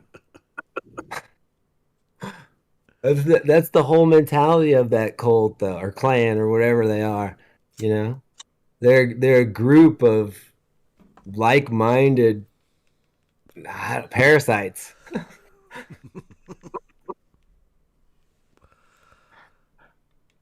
Yeah, well, actually, George has asked me why I've turned the comments off. I did it as a test. Because for quite a while we've been, we have a rule here. Don't enable the model afflicted. So model enabling words are cut out of the vocabulary. It takes a while for you to do it, but eventually you stop talking about the model, big E, and stop relating all of that sort of stuff. So I turned the comments off on my video, and you know what? I've lost the flat earth tag. It's gone. I don't possess it anymore. So it was a test to see where exactly that tag was coming from, and that tag's coming from irrelevant comments by irrelevant people in the comment section afterwards. That was what was giving me that tag underneath my videos. Ah. What do they expect from us? I mean, I think George may have already won the challenge. I can only hope. But does he just want, I mean, does he really think that we just want to abuse, you know, all the ignorant things that come out of his mouth? I mean, is he a sadist? I don't know. I think George wants to be relevant. And here, he just isn't. But this is where he's been assigned, right? George has been assigned to the surveying / geometry side of this little bit of the internet that we're in, and he's been the big man. But how could he not be relevant with those drawings? See, look, there you go. Did you see those colors? The color choice was fantastic on that. Reds and greens. It jumped right out at me, and it's just like, wow. Paint. I mean, you can't go better than paint. If you're going to do a presentation on the YouTube 2021, then paint's the ideal tool for your choice, isn't it?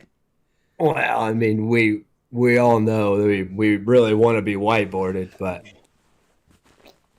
can't have everything. Yeah, I mean, Dr. Bob's got a whiteboard, hasn't he? I think I may have started that one off with the whiteboard on the wall. Dr. Bob, he's too aggressive for me, boy. Woo! I'd hate to see him in real life. I mean, I'd like to, you know, hang out with him for a little while, but like, I wouldn't want to be like around him in real life, like on a regular basis, I would bet. Or do you think maybe a nice guy in real life? Or does he participate in real life? Creepy. Bob. Creepy. I wouldn't want to be anywhere near him, to be honest. Yeah, he's always aggressive. Why do you think he's so aggressive? Don't know. Receding hairline, I think it does it to you. Yeah. I think you got a point there.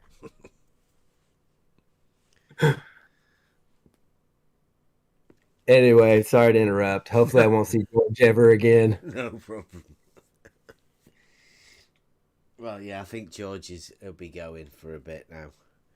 But I mean, the idea is for us to open this up, hopefully get people in to the Discord. Oh, snap. I just had a great idea.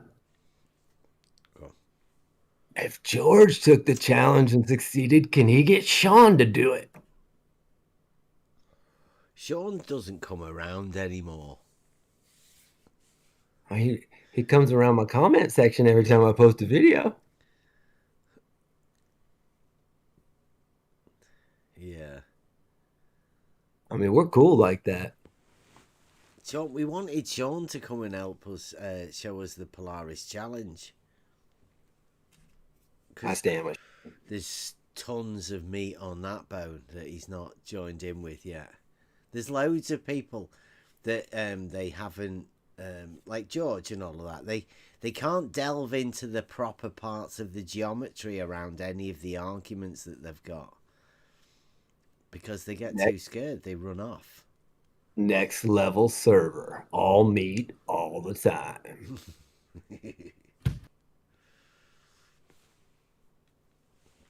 Yeah, we don't want to give too much away because, I mean, I'd much rather talk to people within the Discord server and sort of build on the proofs that we've got in here.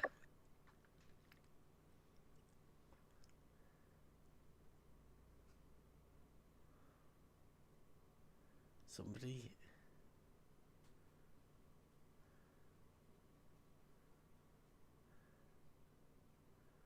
I can't... What's going on in the chat?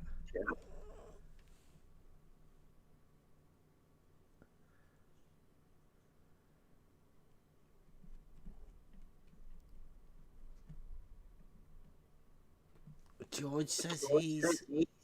Mobius, what's he talking to you about there, George?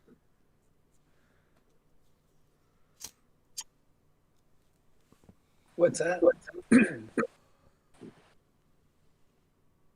George has said he suggested a test. We got a bit of feedback there asking. There you go. I didn't bother reading that. I'm over it. I'm done with George. He wants to come in and act like a child. He can do that on another. Bro, I don't. He'll stay in the chat for hours talking to you, but he won't come in. Oh no, it's a waste of my time. It's beneath me. But let me engage you here in the. Yeah. That can't be it, man. That's his logic right there. Whatever. Nah, there's something deeper. There's something deeper down. I reckon he's got to serve his time, right? And the hours clocked are as good in the text. Because there's even more of a record. It takes twice as long to clock the hours in text than it does in voice. Mm. Yeah, but can you imagine how noisy it would be to hear him typing all of that? That poor desk and this poor keyboard. Holy cow! I can't imagine he's like a very swift typer. Oh. Did you hear the video that I'll be putting out tomorrow? Were you here when he was doing that, his presentation? Yeah, there was one where he was beating his keyboard with sound. Yeah. He was like, I think I made a joke that he was like inputting something, and then they were like, "Oh, you're being." Nah, he was swatting a fly. Can you imagine when he's sitting in Blue's server all by himself with now Blue talking to him? They're typing back and forth, however long that must take. Both of them getting together, typing shit. Do you reckon Blue talks it as he types it? I reckon he does. He's like really slow. Today I went to the store and I was. You know when he comes in, he's going to come in hot. Blue coming in hot. Bam. Blue coming in hot's like 15 words a minute.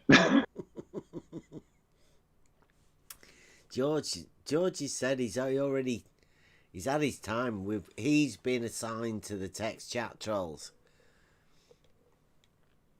It doesn't take long. After this, what they do is they end up blocking you and disappearing. So we could get our way with asking way. George disappeared. He'd be gone. Gone by the way of the Jesse Kozlowski and Slice Barcane.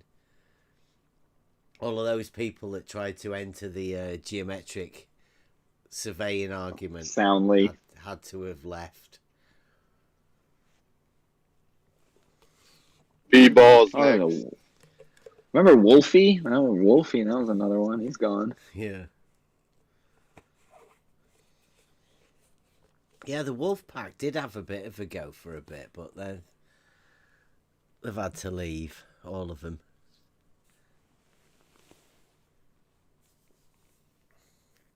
I was hoping Slice Arcane might come back because, you know, the Unirock thing with Steve McRae.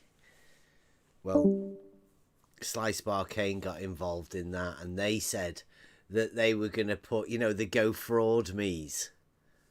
Somebody said that they were going to put Slice Arcane's bending water level test, Go Fraud Me, on it, on the list. So he did a picture saying that he was out surveying the canal bank. So the bending water level test of Slice Arcane might be on the go again. We just need to get some people asking about it. I mean, how good would that be? Slice Arcane doing his test, Ranty going up the hill, Winter Hill, doing his observation, and then Rumpus giving us videos about what he's doing on his thing as well. They're three things that the Globers should all be looking forward to, right, George? I bet they'd be all promoting all of that. Proving the Globe might be 2022, is it? 2022? It could be the year of the Glober. Would they all be... They'd all be using, like, levels, wouldn't it? It could be the year of the level.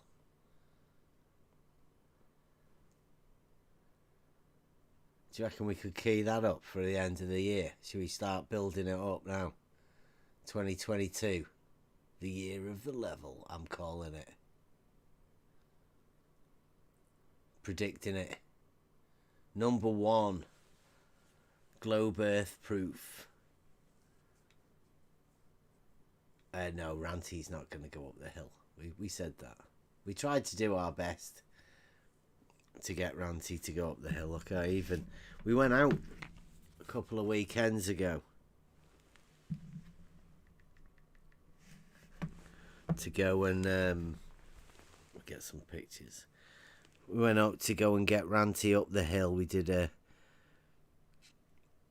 went out with the auto level to give a few people an idea on what it should look like at different heights. And there you go. Boom. There's my prediction. Blackpool Tower. So we did predictions and all sorts.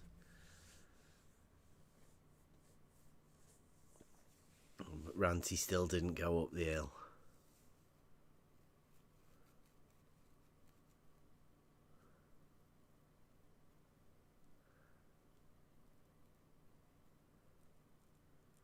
Yeah, I hope so, George. I hope so.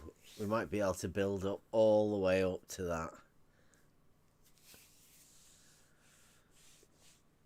Maybe we can cause a bit of drama.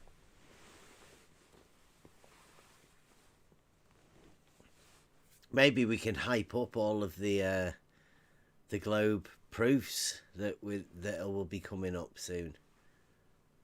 We might change it. Because we're not bothered, George. We're not. You know, as you know, we're not flat earthers. And we'll take all oncomers. That's all I've been asking for ages since I came here.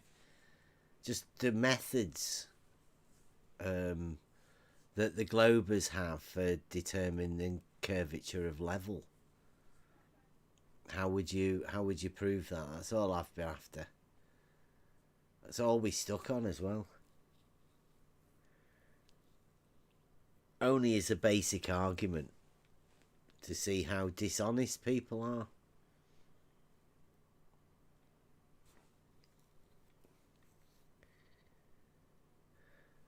We've learnt a fair bit.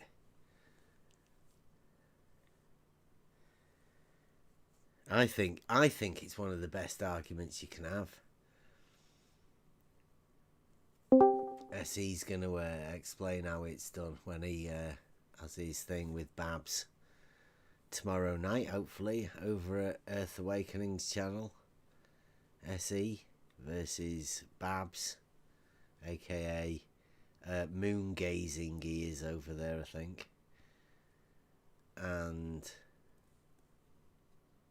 over the twin boat paradox.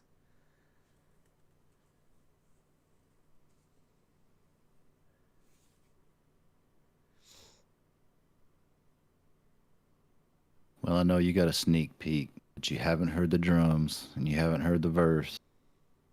And this is going to be good. Nice. Have you done all the words yet? Just a few. Yeah.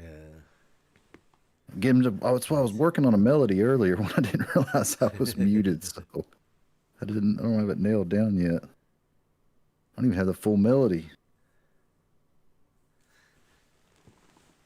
Yeah, Gadget Ruhif, as he gave us the side angle formula, the calculated side opposite the calculated mind angle at the eye of the observer / calculator theorem for a new mathematical concept where you can just draw lines on pictures. It's genius. And George even took that one step further, that he did stereometric range finding with the crosshair. Because we're dealing in advanced globe. Is it apologetics? Would that be okay to call this surveying apologetics, globe apologetics surveying? Just it's what's needed and required.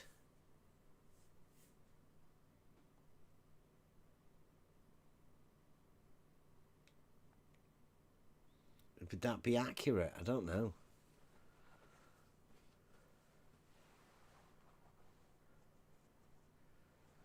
It's sort of classed as a religious thing, isn't it? Apologetics.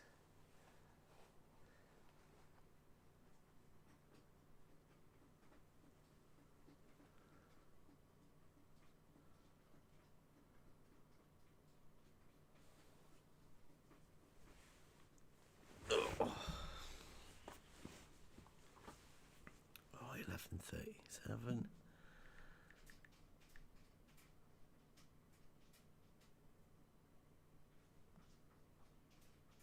I found a meme today.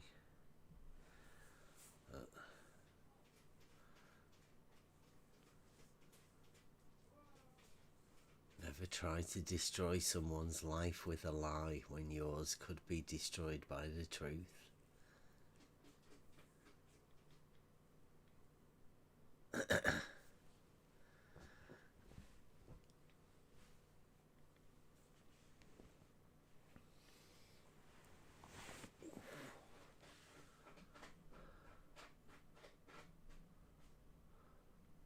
So I'll put the Discord link out. Like I say, this is all we do. We just talk and do this. I'll if the SE and Babs thing comes off tomorrow, I'll